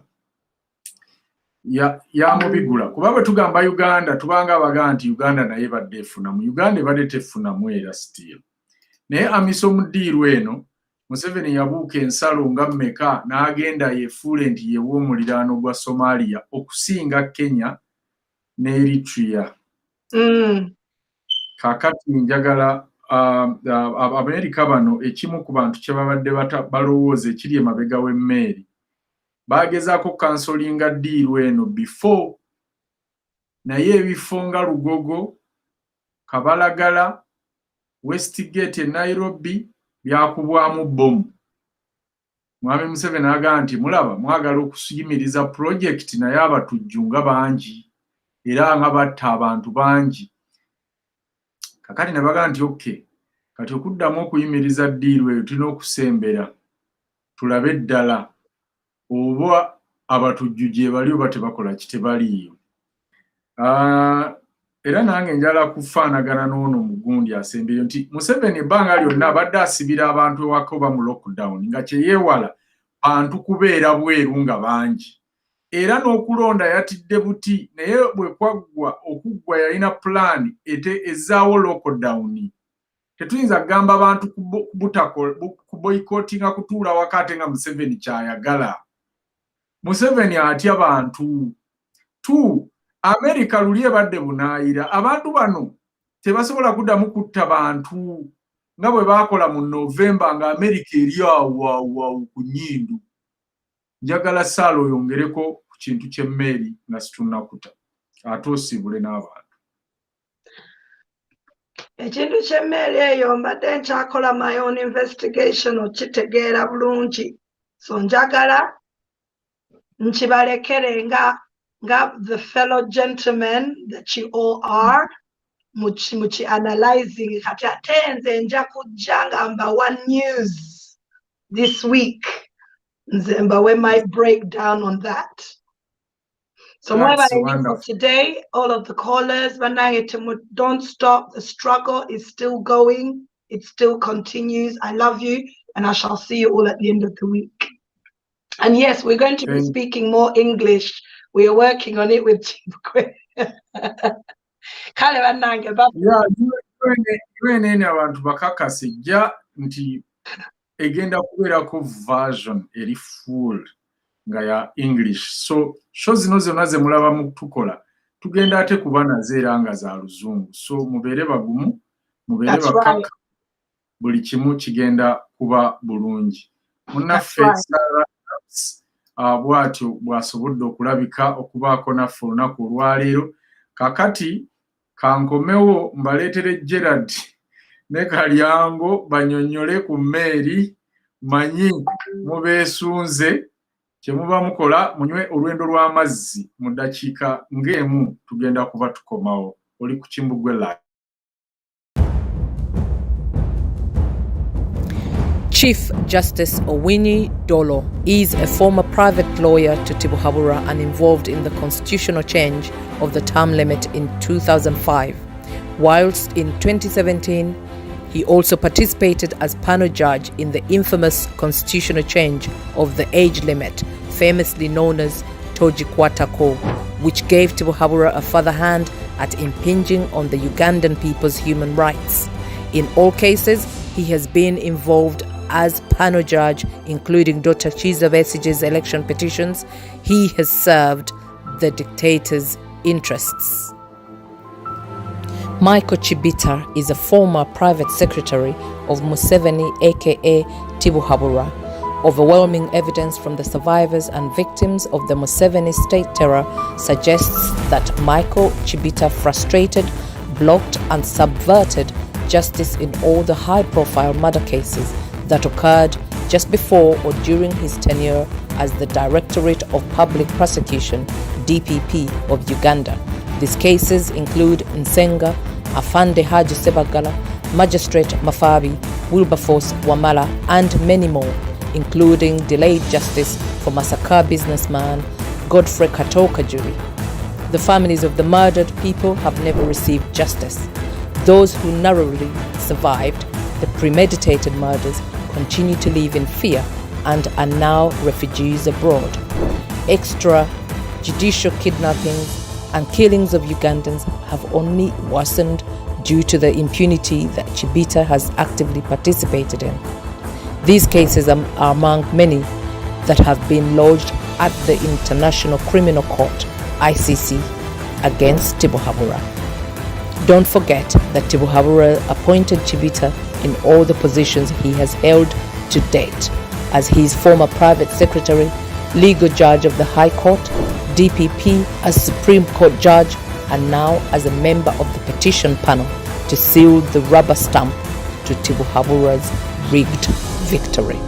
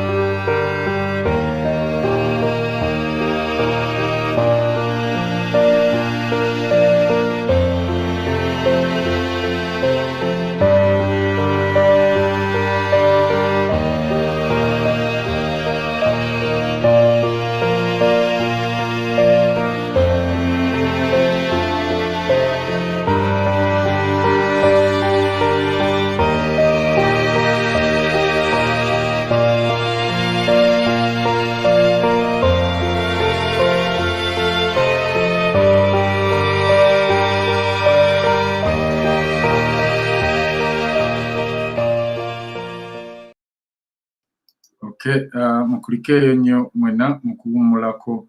Gerard Kalyango nange Kimbugwe tukyaliwo okufundikira programu y'olunaku olwaleero, naye tugenda kuba tumanyaako ku bikulu. Gerard, bantu baagala okuwulira ku kikwata ku mmeeri. Suubi wanaŋŋambye agambye nti bannange njagala kwebaka naye yenna lunkuuma maama wa Bobby. Agambye Mary ye gyansibye wano okusinziira ku wa boda byanyumiriza ku makya. Nalunkuma. Okay, but Janalunkuma kumugwa. All right. Ngenda bawa ku story ya yemmeri engeri gye yatandikamu, then ngenda kuba nnyonnyola biki emmeri eno kyesobola okukola, biki ebiri ku mmeeri, bantu bameka bali ku mmeeri, just mbalage amaanyi g'eyemmeri, just yemmeri nga bweri. Nga tetunaba nga sinagenda nnyo mu maaso mwene emmeri. Mu nnaku nga bbiri emabega, US, eggwanga lya America n'eggwanga lya France, bayina joint artillery training e Somalia. Mu mangu ddala nga bwe baabeera neno joint artillery training, US ne deploying aba Marines 2,000. Bwe njogera ku Marine omu alimu abasirikale ba taata wa mubi okale mubigula since akulira simanyi. Marine omu alimu abasirikale nga 100 aba SFC. Okay. Nze bwe ndaba training gye bakola combat, buli kimu, Marine omu alimu abasirikale ba SFC. Abasirikale ba SFC mu bamanyi balina amalala. Si kizibu nnyo kubategeera. So kati ngenda kutandika kwene emmeri bagiyita USS Hassel Woody. Eina moto nga wona wulira mbu in God we trust. God and my country. Eina moto bagiyita peace we seek, peace we keep. Eddembe lyetunoonya ate eddembe lyetukuuma.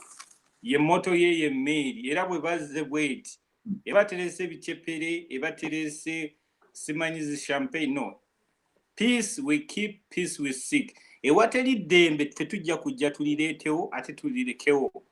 Ye moto ye n'emmeri. So nga tuvudde awo emmeri eyina ba officer baba bakamanda 19 abaduumizi, eyina abali wansi kati ng'abajaasi bisatu 300 soldiers waiting for the abalinda command ababeera ever ready ever steady.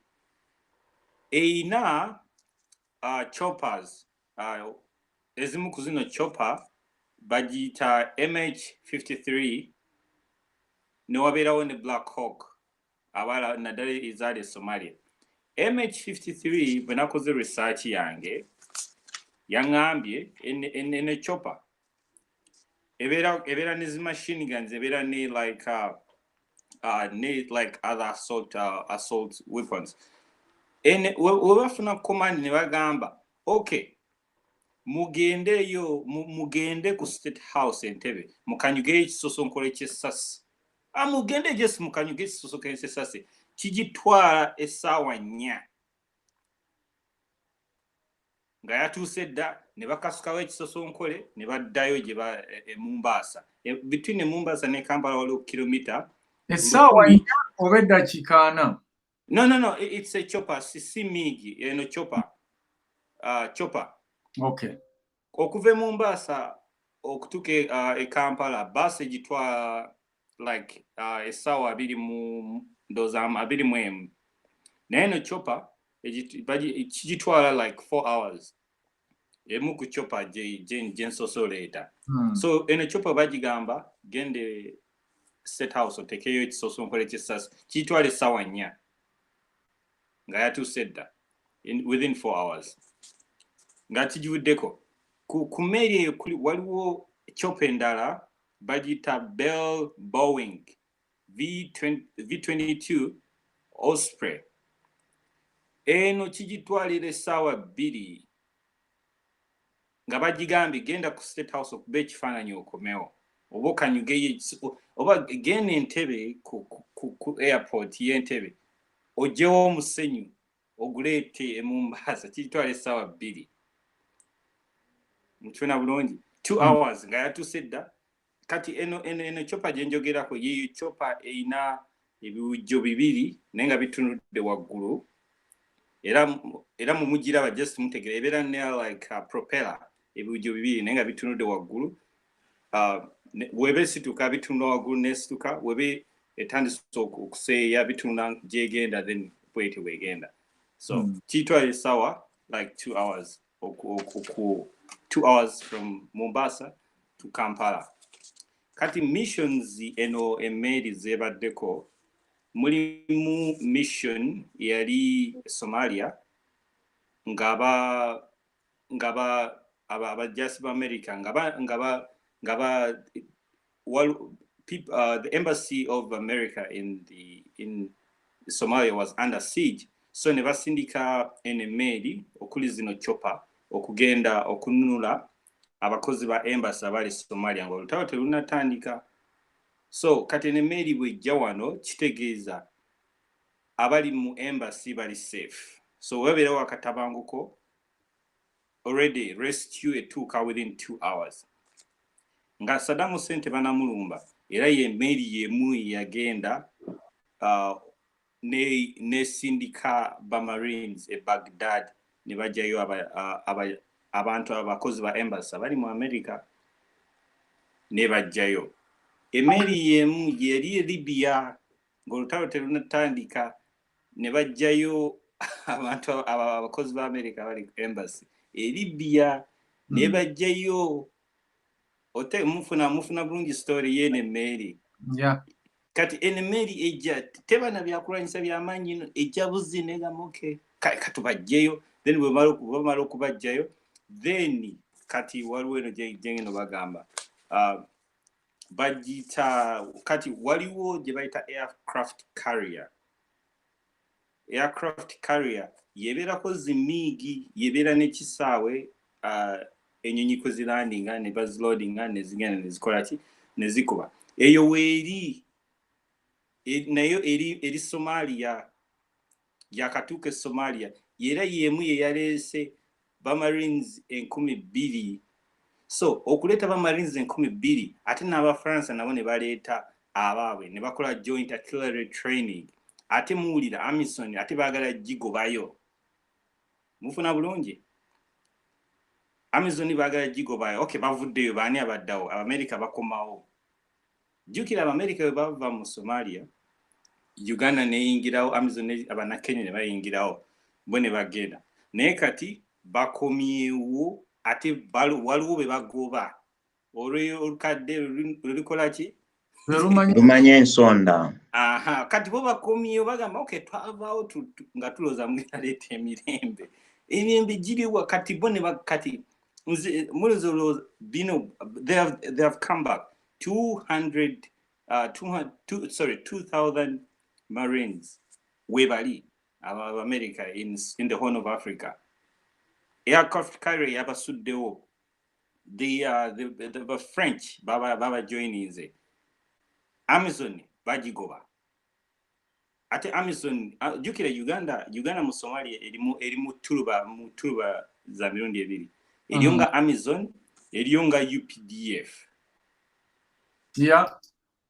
erimu byabika bibiri kati Amazon we bagigoba ngate Uganda muina percentage esinga kati bagenda sigala nga UPDF bagenda naye bagenda gikola ki bagenda gigobayos kati kikutegeeza ki bosoma like history ya yenemeri it's waliwo gye bayita strategic like kati America through Amazon bayina gye bayita East African let me get the term in a little bit but bayina buli mission because webasindika emmeri nga mu East Africa bayina ku accounting eri Congress because Congress agamba okay musindike rebira whatever submarine ba mmeri but why is it going there they need to tell them on book era mugenda ku internet buli kimu wekiri bagamba all right we're sending this here because we have a strategic training we sense something is going to happen to our people there so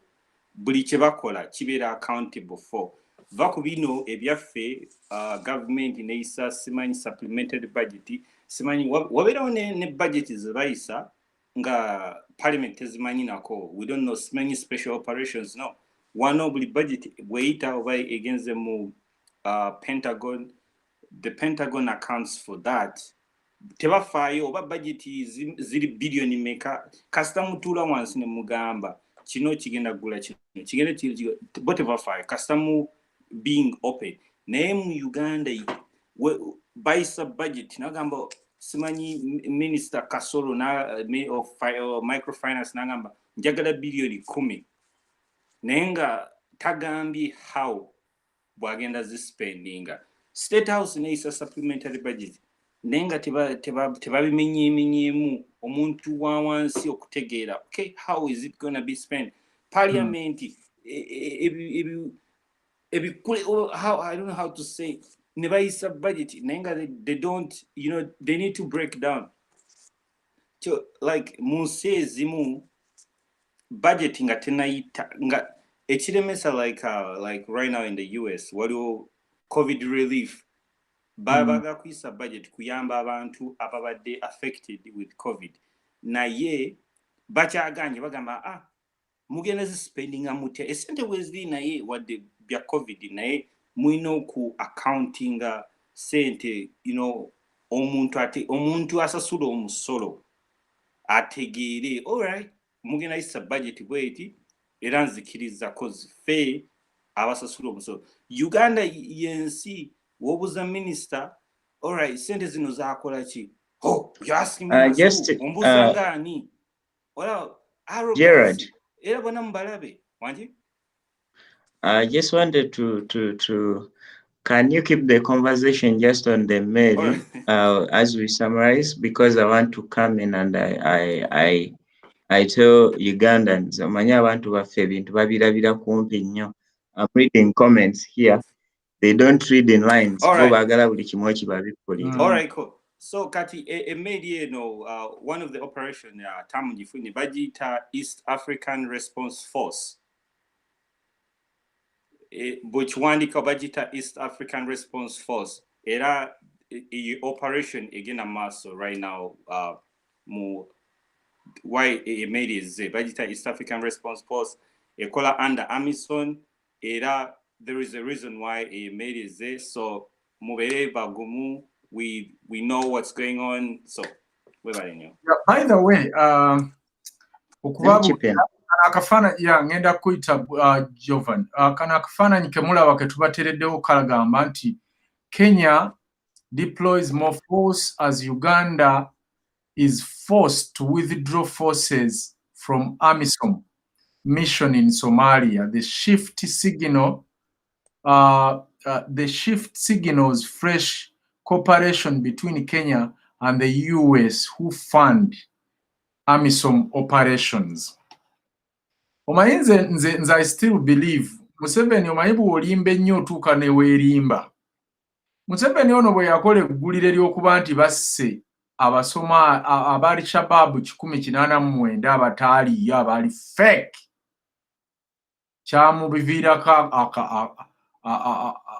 akazaala bikyakazaala bino byonna.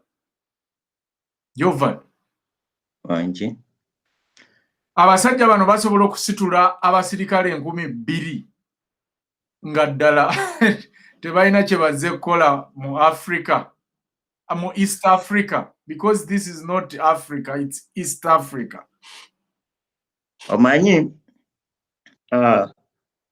olugendo lulina we lutandikira era lulina we lukoma. I think last week, Joe Biden, the president of the United States, you're meeting a president wa China. But in his words, your government, China may eat our lunch if we delay. What lunch was he talking about? Question. Today, Kenya, his economy, in a debt 70% of its GDP loan. Naye ebitundu ebisinga byaki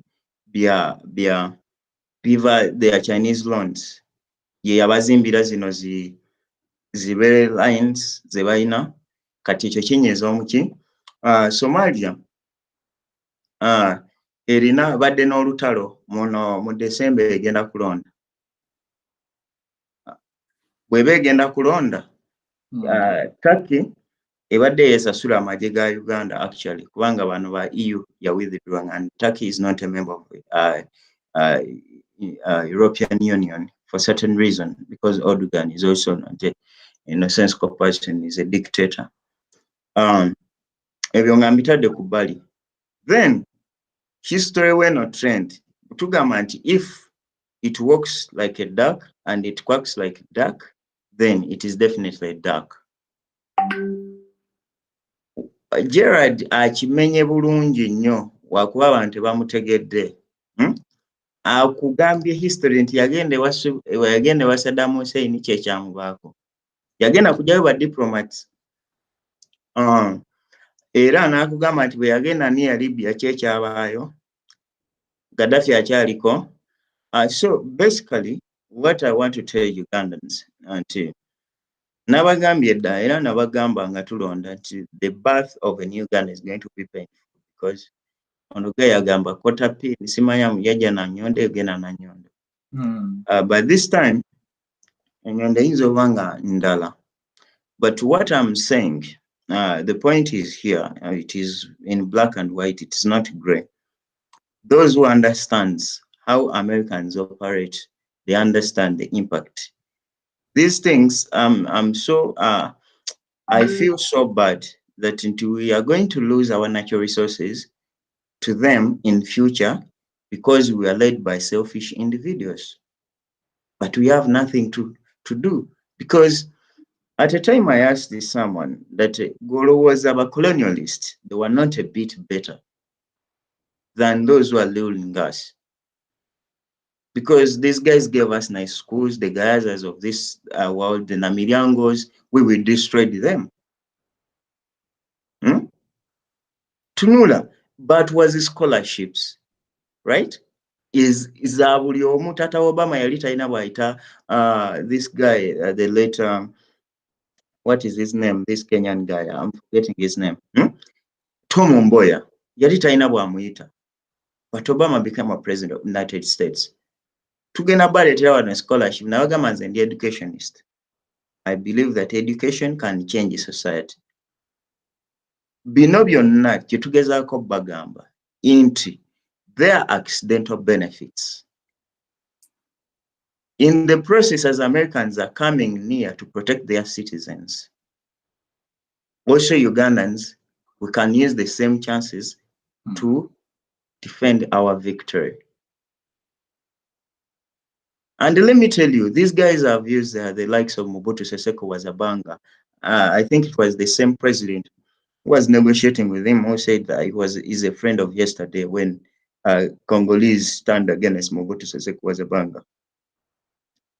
They, like in every war, buli muntu waliwo afumba emmere, waliwo agijjula, waliwo atwala amabaluwa, waliwo akuba emmundu, waliwo ayimba. It is a collective effort. If these guys bataddewo sanctions ne bagamba nti no, these guys are not coming back to our countries, they are not going to do businesses, they have refused to recognize them, and the UN Watch itself is now attacking Museveni East Left Center, and the UN, of course, its headquarters in the United States, that's New York, I think, right? It is full of Americans, those American values in the United Nations. Another thing, we wabanga bagambye gundi, Museveni's withdrawal, Uganda's withdrawal of AMISOM from Somalia. What does it mean? Museveni has been surviving on one thing as a regional policeman. You get Golaba, South Sudan, Golaba,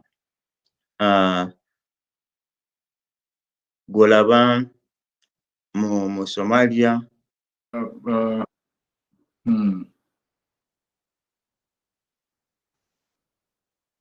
No, genda maaso. Guy, Golaba everywhere. Nga bamukozesa nga policeman, regional policeman. Then Ebachizula, this guy is being lying to us, is a cunning guy. Is now a liability to them. And Americans do not carry liabilities and don't carry baggage. Museveni is a baggage to them. Like, by all means, they are here to give us a signal. Nawagambako the other time that Mother Uganda, can you send us a signal? These are some of the signals. Is Mother Uganda is sending us that signals are here. Guys, open your eyes and see. We are benefiting, but we have to be the owner. We have to own the struggle. These guys, wherever they have a government, they can run for the safety of their diplomats. It means they are expecting maybe an uprising to unseat a dictator, right? It happened in France. It happened like it is happening recently everywhere, right? And it's gonna happen. Sanctions, let me tell you, they are taming the dynasty. Kubanga babiranga betolodde bano bonna abandidde Museveni. Already atalazze ne bano bagayi be bagaze. So of course, Uganda is winning. That is according to my view. I'm not meaning I'm the best and I'm the most smartest person, but that's how I see things. We are benefiting indirectly and directly. It's only a person who cannot see. Iranze ensasira bana abagaga bavuye amamotoka gaabwe babatwala abana baabwe ku ssomero. Batalowooza kuba abalala. No, we have to benefit equally. Like you have to cry like your neighbor. Kabirako munno ugambe. Please, guys, just understand it is black and white. I do not see any gray. I know Americans got their own values, so we should find our own values as long as we Ugandans show that we are on a dining table, not as food, but as people to attend and eat. Those values are going to be there and they will stay there forever. But when we go to negotiate, what input do we have, we as Ugandans? Because first of all, if we never went to the polls, that was one way. Kubanga, we went to polls, Museveni allows and agenda legitimizing his operation. Netumutega kakodio netuleta technology, you vote and all those things. Cameras were there, so captured media, evil media, netujikola ki, netujibeating, and the evidence is overwhelming, right? Nebagezako kwata omusango gonna. By the way, nabadde nsoma in 2016 omusango gwa Mbabazi, what the Segoners did recently. Mr. Muhammad Mbabazi, yali leading lawyer, ye yakola na just oral submission katwongereko obujulizi, but here Mr. Segona went ahead formally now filing using Uganda is a common law country. Guys, abatamanyi common law nations, they are ruled on precedents, law precedents. Inti precedent here setting mu 2016 yali erina okukkirizisa guno omusango okubeera nga twongerako obujulizi. They denied them. A few days ago, I think yesterday, they also denied up to 300 affidavits, right? Nebazigana. Why? Chovolaba even today, Honorable Kyagulanyi avudde n'abagamba nti kakati tugende mu kkooti y'abantu. Bwe tugenda mu kkooti y'abantu, n'amagye ga America gasembera. Goba totegeera bannange. What are you not seeing? Can't you see? Bw'oba tolaba towunyiriza. Bwe ki ky'otalaba? Museveni bwe kyawangula mwali muwulidde ani amwozaayoza? Ne president wa Zambia yamuyozaayoza baamukuba ebivumo yabijjayo. Uhuru Kenyatta neighbor. The most important country for Uganda in economy is Kenya, because we sell up to almost more than 70% of our economy between Uganda and Kenya. Kenya is the route etwalira gundi, etwalira Rwanda, etwalira ne Tanzania yennyini ebintu ebimu biva eno Kenya, Uganda ne bisala, right? So mbabuuza bannange, Kenya State House yagezaako ne Uhuru ku page eri personal teyakisaako nti congratulations Mr. Yoweri Kaguta Museveni. Why did he? Golooza talaba bigenda mu ggwanga. Didn't you see? Omulowooza Uhuru okujjayo ka tweet ka congratulations. No, yalina State House ya Kenya yakajja ye Uhuru on personal gundi yete yakiteeka. I follow Kenyan politics day in day out. Teri kampitako. I see the trend. Nze mbabuuza bannange bannayuganda. Omanyi bannayuganda mwagala omuntu aboleza amasowaani, abafumbira emmere, abajjulire. No. Kubulaba nze njoze essowaani gwe genda ofumbe emmere, bulaba munna afumba gwe jangu oteekemu enku. That's how things work. It is collective responsibility. Kubanga ne Kenya nakugambye, I alluded this, nti Kenya is predicted by 2032 okubeera the strongest economy mu Africa. Kati kitegeeza the interest of Americans, it has changed. Kiba kyetaagawo omonga. You guys, what are you not seeing? Kanjogere bwentyo bannange oluzungu Luganda. Kakati laba ono Travis Awa era mu Kimbugwe ali American ndika juice. The American interests have changed and forever. Bw'olaba nga gundi eronze kati kankubulire entalo mu Africa bazigoba zigenda kugwa kuba abadde akuleeta entalo yabimaze. Webale. Nze ngenda bagamba Libya kati kankubulire ensi ezironda ez'omugaso. Libya is voting in December. Somalia is voting in December, right? Then Uganda voted in January. In Feb, there is another African country, I think Chad. Niger egenda kulonda. Cape Verde is voting.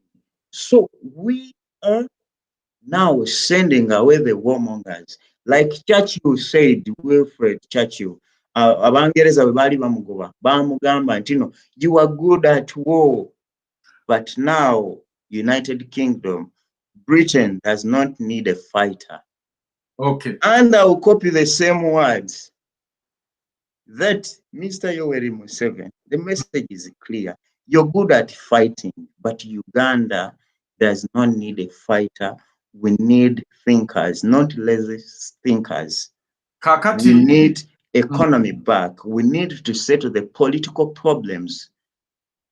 Era kati bana abazungu tebasobola kusuula naffe bannayuganda bannayikamba buulire Kenya tesobola tuyitako bwetyo. Kenya edduka. The other day balangiridde Tanzania mu middle class income, right? Ffe tuli luddawa. Sente zaffe mu East Africa ze zisinga okubeera okuwewuka. Tunuulira our governor is a senior guy. How can we be patient like this? Kati olaba kinene ne systematic ate bano abasajja bayaaye baagala baleke region emu nga bagisse. Obote had the same plan naye no region kakonge kakukkubo buli agiye kubakaago. Nze mbabuulira nga nziramu ekintu ky'omukyalo oli kye nabadde sazzeemu. Omukyala yagambye nti no bali systematically batte eno region. No, don't worry, kano kakonge kakukkubo kasangaawo ate kaawo kadda kati buli gy'ogwakulaba. Obote tried it n'agirumba n'amagye kukuba mengo agijjewo, but somehow Uganda bounced back and is still the leading one. So that one it should not worry you. Fetugamba muleka abaana bagende ku ssomero. And another thing, as far as I'm concerned, the way I'm following international politics, there is a big message in the silence. But remember, we do not remember the noise of our enemies, but the silence of our friends. Dear friends, do whatever you have to do. Wake up your family members, wake up your friends, wake up your communities. Let them hear this message of hope. Ne bw'obeera omu mwesonde muteeke ku ssimu emu kaddata mulabire okwo. Mutegere what is going on. The Mary is there. It is saying a lot of noise. It has actually in its silence. Omumerika nakusindikira abajasi be 2,000 mbuno bazze just ku muzannyo. Ani abadde asumbuwa East Africa yonna ng'akuba wano bubomu n'abukuba ku Westgate. SFC ne jambu ya saving nekola ki n'abalimba nti simanya ba Al-Shabaab 19 bo bafala bannange obulimba bunyuma aba ba sprinter kukola misinde gy'aba Bolt ne bwe tubassa mu gino gy'aba Kipogatte tebakwatamu kubanga you can lie some people sometime but you cannot lie people all the time. Kituufu nnyo. Katuwulire omuntu Oweekitiibwa Kimbugwe nkulamusizza ne mwenna abali mu studio mbalamusizza.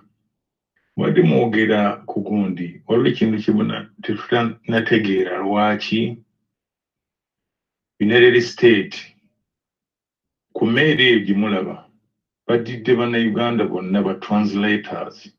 Lwaki baleeresi ba translator abatranslatinga olulimi Oluganda ate nga bali mu Kenya nabo baali badde baleeta ba Kenya okutranslatinga Oluswayiri. Simanyi lwaki baleese bannayuganda. Njagala nammwe mukyebuuze. Kankuddemu ssebo, ekizibu si Kenya, ekizibu si Uganda, ekizibu Museveni and they are interested okuwulira bannayuganda bye boogera, okumanya omusajja akalulu yakawangula oba teyakawangula. Ate bino bye twogera bye baba translatingira nti we said Museveni never won our election, is a thief, is election thief, is a murderer, is killing our people. Ne bakyaliibe bonna bwe batula ne banywa bakanywa musaayi nga radio bwe yayimba ki atambula ne bakanywa musaayi atulaze obukyayi. Amavubu ngawulidde ago. Katuwulire ono munnaffe agenda kutuba ng'atumenyeramenyeramu naye ku mmeeri eno. Ssebo oli ku Kimbugwe live. Genda maaso ssebo. Kale ssebo naffe twesiimye. Lwakuba katono nnyo njagala gondi yange badde etawanya gamba ate mpuliriza n'ensayidi. Basebo nnyo bawuliza naffe ssebo. I've been off the office naye nga badde era gendi nga ndi mu kubalaba n'okuwuliriza ebigenda mu maaso. Nze nno obudde ndaba bubuno obutambulidde ddala naye ebintu bingi nnyo ebirina okununulibwa kalyange ekintu singa kyogedde ensi nga United States of America tezikola programs nga za kuzanya. They cannot spend all that money that they see that is composed of that. They have a reason. In fact, gwe wasoko tuwa amawulire ago wano era twagala okwebaza ag'okuba nti America yaleeta dda amagye weegali e Kenya n'emmeeri ejja. Ate tegaleeta kutuula awo butuuzi. That is a lot of money which is being spent. Yeah. Naye kye nali even the other time, interests depending on the situation. That is very mochitondo. They cannot have a permanent enemy, neither do they have a permanent friend. Interest.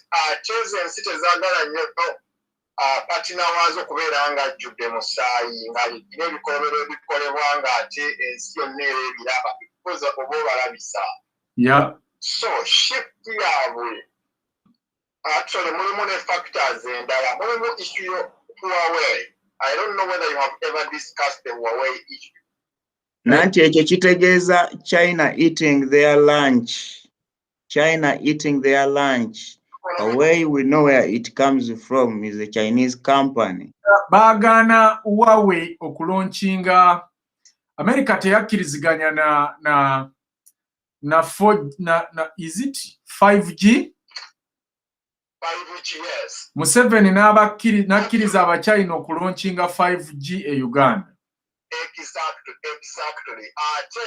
Do you know how much money they spent to Uganda and a investigation?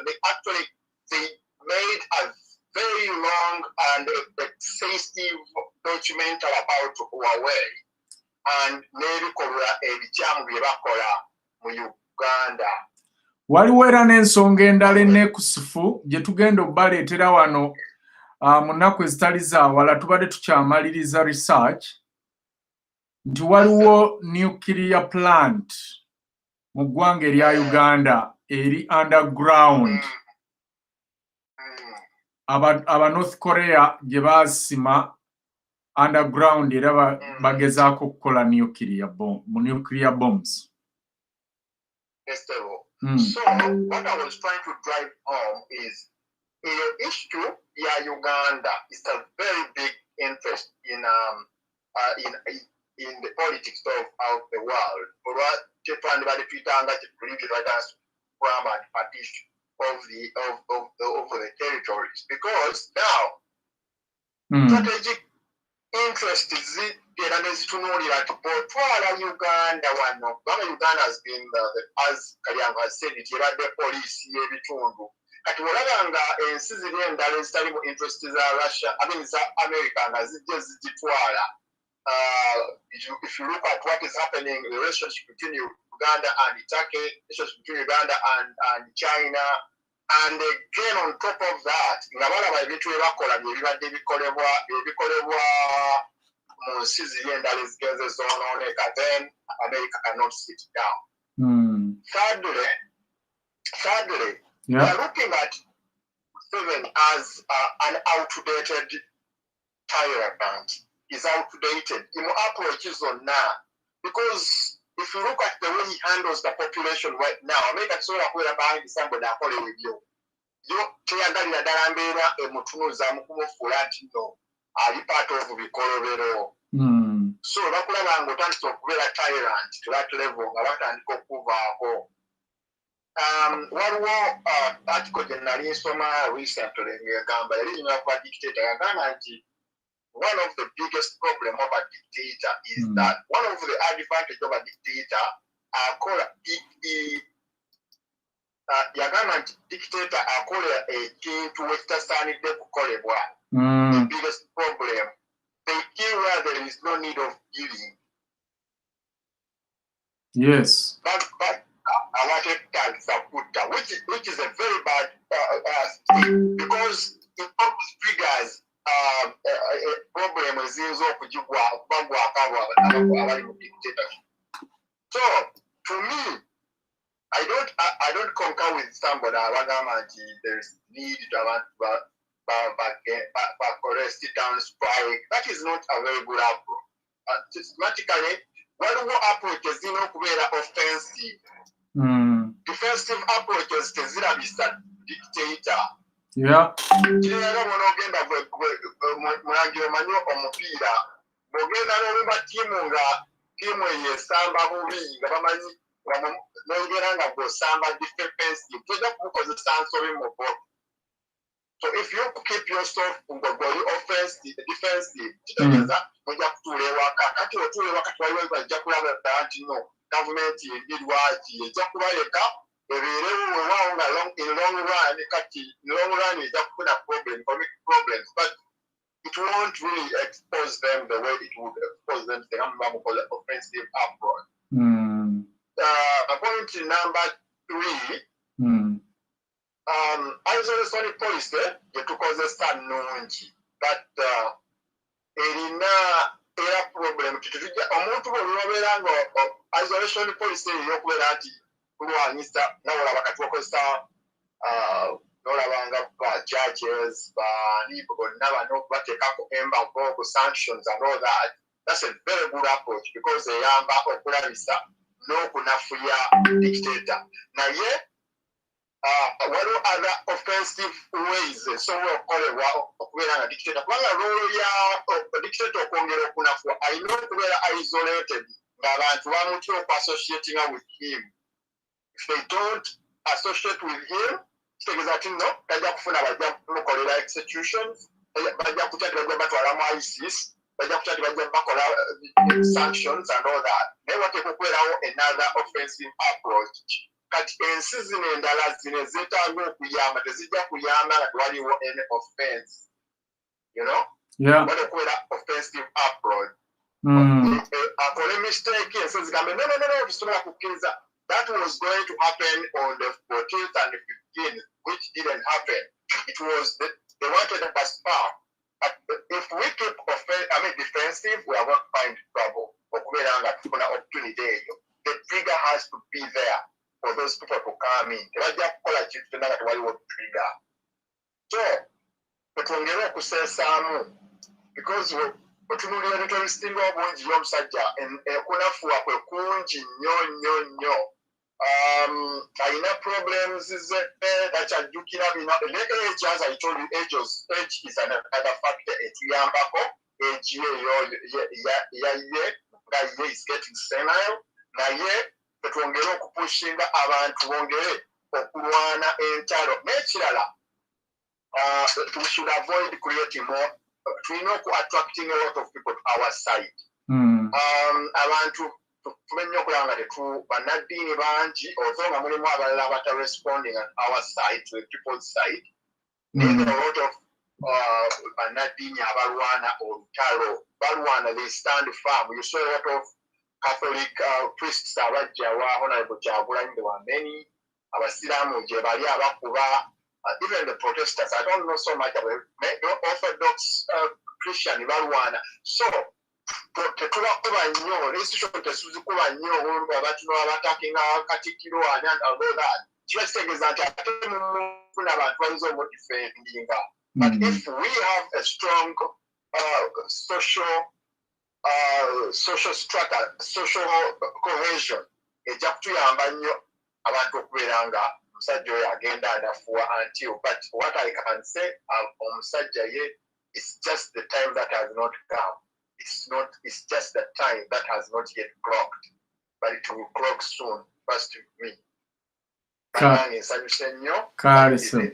weebale nnyo ssebo, weebalire ddala. Ndowooza n'obubaka obwo tugenda kuba tuwunzika programu yaffe ey'olunaku olwaleero, naye bano bagenda kunkolimira bano bannange.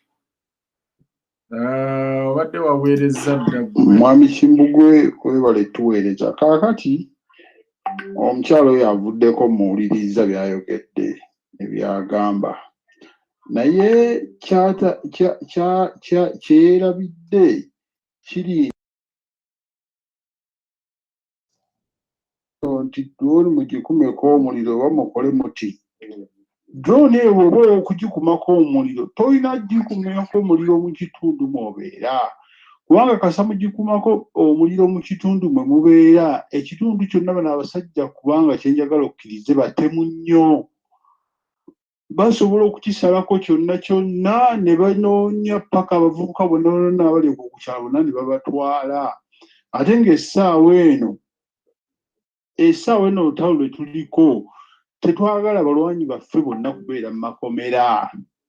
N'ekirala ekizibu at the moment saakoozi zaffe ezisinga ziri crippled a bit, kuba kati abaana abasinga abamu be tubadde nabo, abaana abalina lo bonna babakoze eki, bonna babakutta, abasinga bonna bali mu makomera, abalala tetumanyi na gye bali, tubanja babanje. Naye ng'ekyokugamba nti nno nti kino kye tulina okukola, abaana ekyokukola bakyagala, naye tosobola kugamba nti mugenda kujja simanyi abantu 100 mwena baba bagenda bakuba amasasi, kuba bano abasajja bannakyemalira.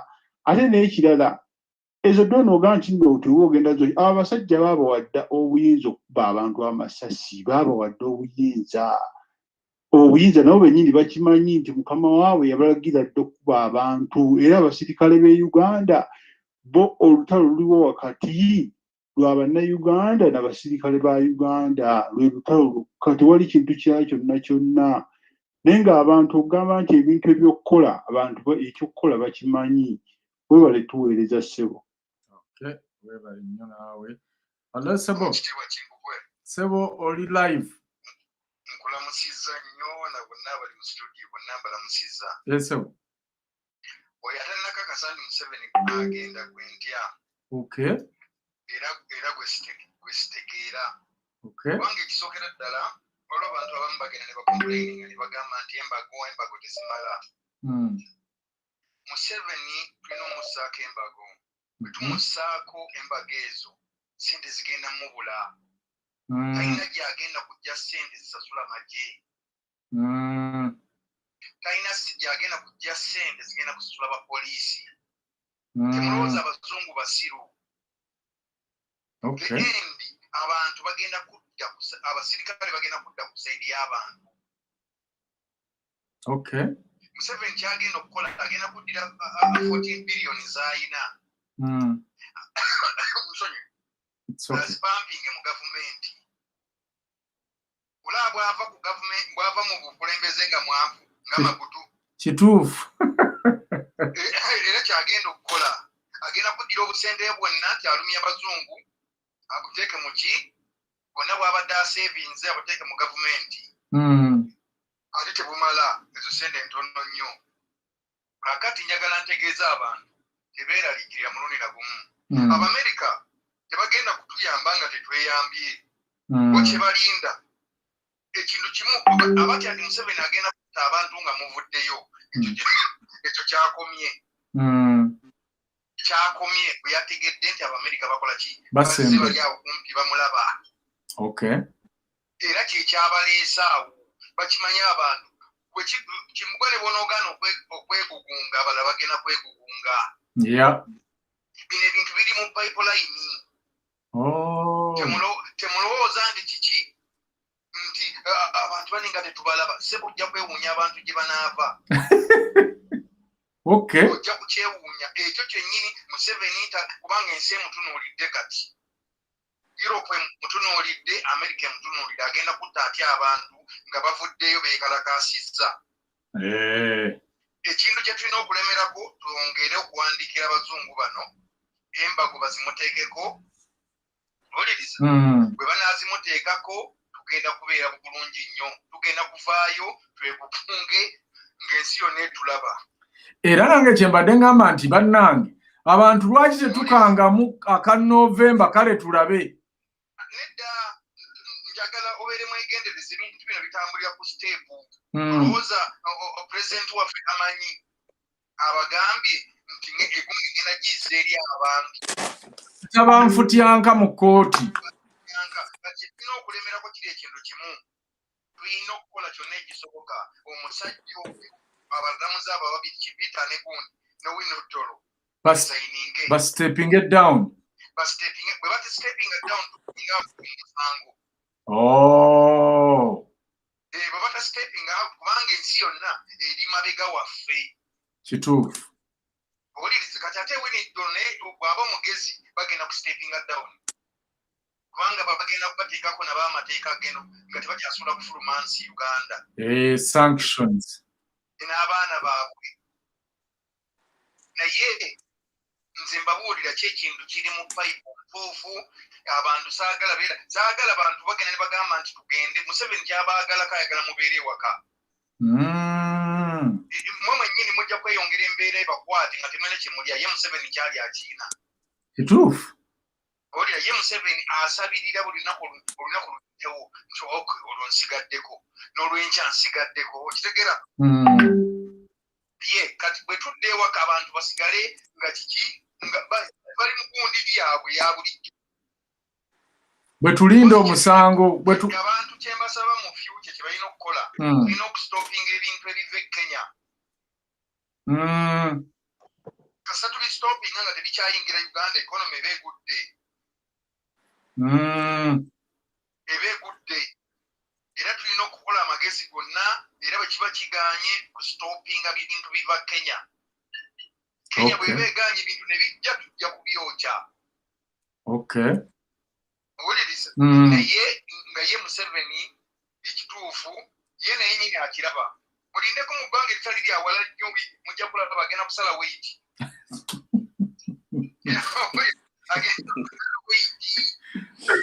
ebintu akasajja kaganye okuteesa naye owuliriza mwelwakuba tulaba wano kumpi akasajja kamwegayiridde bateese omanyi nga Museveni ye musajja akyasinza okulimba ku nsi bannange tannalabikako oba ojjukira bwe baali bamubuuza nti emyaka 75 nodda n'aga nti tekisoboka amagezi gaba gakuweddeko ng'omulabira ddala konimaani kasajja kaferefere yakindika abala bateese naye abanayuganda temuggwamu maanyi kale wandiike ayogere kale muganda wange weebale nnyo weebalire ddala abakulu ndowooza tujja kukoma ku ono omukubi njagala Gerard okubire tulabike nga naazina obulungi amala nannyuka so kansubire buli kyetwogedde nedda ssebo n'alima awagonda atera nannyuka naazina obulungi ava mu ddiiro obulungi ava kusubira bintu muganda wa omanyi gy'okoma obutamala ebbanga ddene mu nsi yo gy'okoma okubaliga so anyway kansubire buli kimu kyemuwulidde kuva ku bakulu bange abalala bigenda mu bwongo bwammwe ate mubeere n'essuubi era n'ekirala waliwo abuuzizza mbu ate ffe tugenda tukola tutya ani agenda otuduumira Bobi Wine we yali ajja ku campaign nga tabagambye k'abantu mwekuŋŋanya mutya ennaku 2 emabega yabadde agenda ebusaabala ng'ali ku lyato abo ababadde ku mabalama g'ennyanja ani yabayise so kino kintu kigenda kwekola kyokka oba kigaanye nze nja kiduumira naye wekibanga kigaanye nze nja kuyima ojja kukyekwatiramu nze nja kukyekwatiramu nze mpe order so nze mbagamba ekintu kijja kwekola kyokka ayogedde ku kya drones mbu drone webeera ya ku kyalo kyekimu tekitegeeza kwokya drone naye musobola okugoberera eno drone ku border abali ziriko ne mubakuba ebifaananyi ne biyita negamba gundi ono yabadde mu drone bweti oyo aveeyo yekole ki yeyogereko yabadde akola ki mu drone so nga togyokizza naye osobola ogigoberera ekirala musobola okwevamu ssente omuntu n'agoberera drone eyo paka ne mulaba ani agivaamu ne mukuba ekifaananyi nekiyita so era obeerayo omuntu yenna asobola okukola ogwo omulimu mutuukire mukulu Kimbugwe eyo nayo approach weeri nga temwokyeza naye nga just tugoberedde ezo drone gye zigenda nitukuba ebifaananyi so ekirala buli abannayuganda kimanyi gye muli obudde bugenze naye mbasuubi have a good night weebake n'eriiso limu nga liggale ddala nga likole ki liggule so mubeere bulungi awo aba yeebasenga kaki nga kakolwa Jovan kubira tuve wano leero nabadde nga bwe nasomye ebintu bya Genesis nakinaki I went back to 2 legends mu music wa Uganda, that is Prophet Herman Basudde nempulira ennyimba ze nnyingi naze nempulira oluyimba lwe baluyita Africa nenzirayo nempulira ennyimba za Paul Job Kafeero naye oluyimba lwe ngenda okubalekera leero njagala buli omu alubulira agenda olaba vidiyo eno enkya oba leero lwa dakika 10 ne seconds baluyita olulimi koransi yalwo egamba tivuga livansi oba ngenda maaso olulimi lwange oddobonkana nga luti mwenna mulufudde ekidiba omungwa kati njagala okakyusa ogambe tivuga livansi oba ngenda maaso eggwanga lyange oddobonkana nga liti lyonna mulifudde ekidiba omungwa nti lyenjagala okusinga n'enkofiira reflecting obuuza abasajja abo lwaki badibaze eggwanga lyaffe nga Paul Job Kafeero bwe yatugamba okudobonkanya olulimi lwaffe. That is what I will say bye bye with today okewaka reflecting mu ba genius abo message zaabwe zeetaaga okuyiga n'abazadde abali kuno mutendeka abaana naddala mu abali ebweru mwe bajjira ati mufo kyo tugamba ennaku simanya azina obulungi amala. Please muddeyo muwulire ku information eyo. It is very nice. Waliyo a lot of information. All right. Yes. Okay. Ndowooza tetujja kusukkawo wano olunaku olwaleero. Paul Kimbugwe nze mbaddewo. Enkya oba tubawa eki? Enkya tubaleetere privatization oba tuleete kalangala. Musigale nga mukomentinga mu box. Abanaasinga kye musabye kye tujja okuleeta olunaku olw'enkya. Mwebale nnyo, mwebalire ddala. Mwebale okuba abantu abalungi. N'abagumiikiriza pakeni. Because video eno lwaki tugyongeddeyo bwe tuti because eyasoose baagikuttemu n'ekutuka kane twagala ate n'endala tugiteekemu ebintu eby'amakulu bye munaasobola okuwulira olunaku olw'enkya. Mbagambye mwetaaga privatization kuba company Uganda yali ekola business as a government yali ekola business ng'eyingiza ssente ng'era abantu abalala bulijjo. Museveni government gye yasangayo yali dependinga ku musolo gw'ejja mu bantu. Oba mwetaaga kalangala okumanya ekiri ekalangala. Bannaffe bekikwatako bagenda kuba bakebera mu comments bye munaakomentinga mwe bajja okusalawo program ki enkya gye tugenda okuba oboolyawo nga tujja nayo. Kimbugwe Paul, Sarah Nabwami, Gerard Semambo ne Jovan Kalyango ffe ababaddewo olunaku olwaleero. Paka okutuuka ate olunaku olw'enkya, Mukama bw'anaaba atuusizaayo, musule bulungi era mweraba.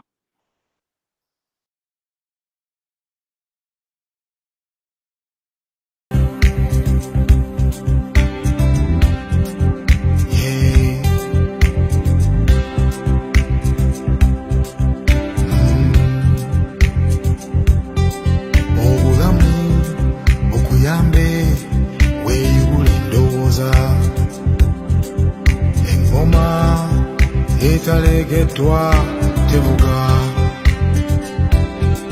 agoba akuwa ekubondoza sototya mbeera weyunooyo ali waggulu ennyo nze nkusabira muganda wange nkusabira muganda wange Sabira muganda wange Kusabira muganda wange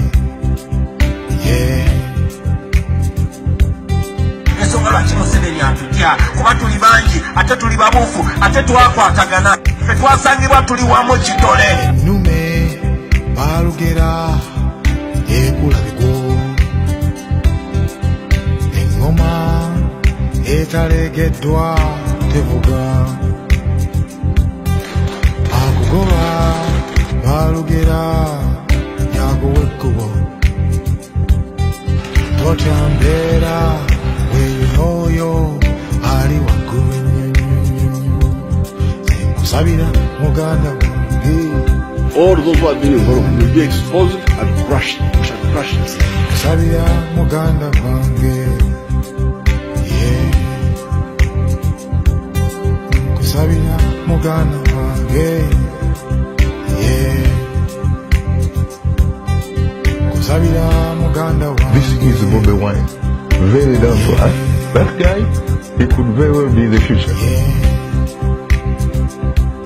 I'm going to continue the fight for freedom, and it is the fight that we must either win or die trying.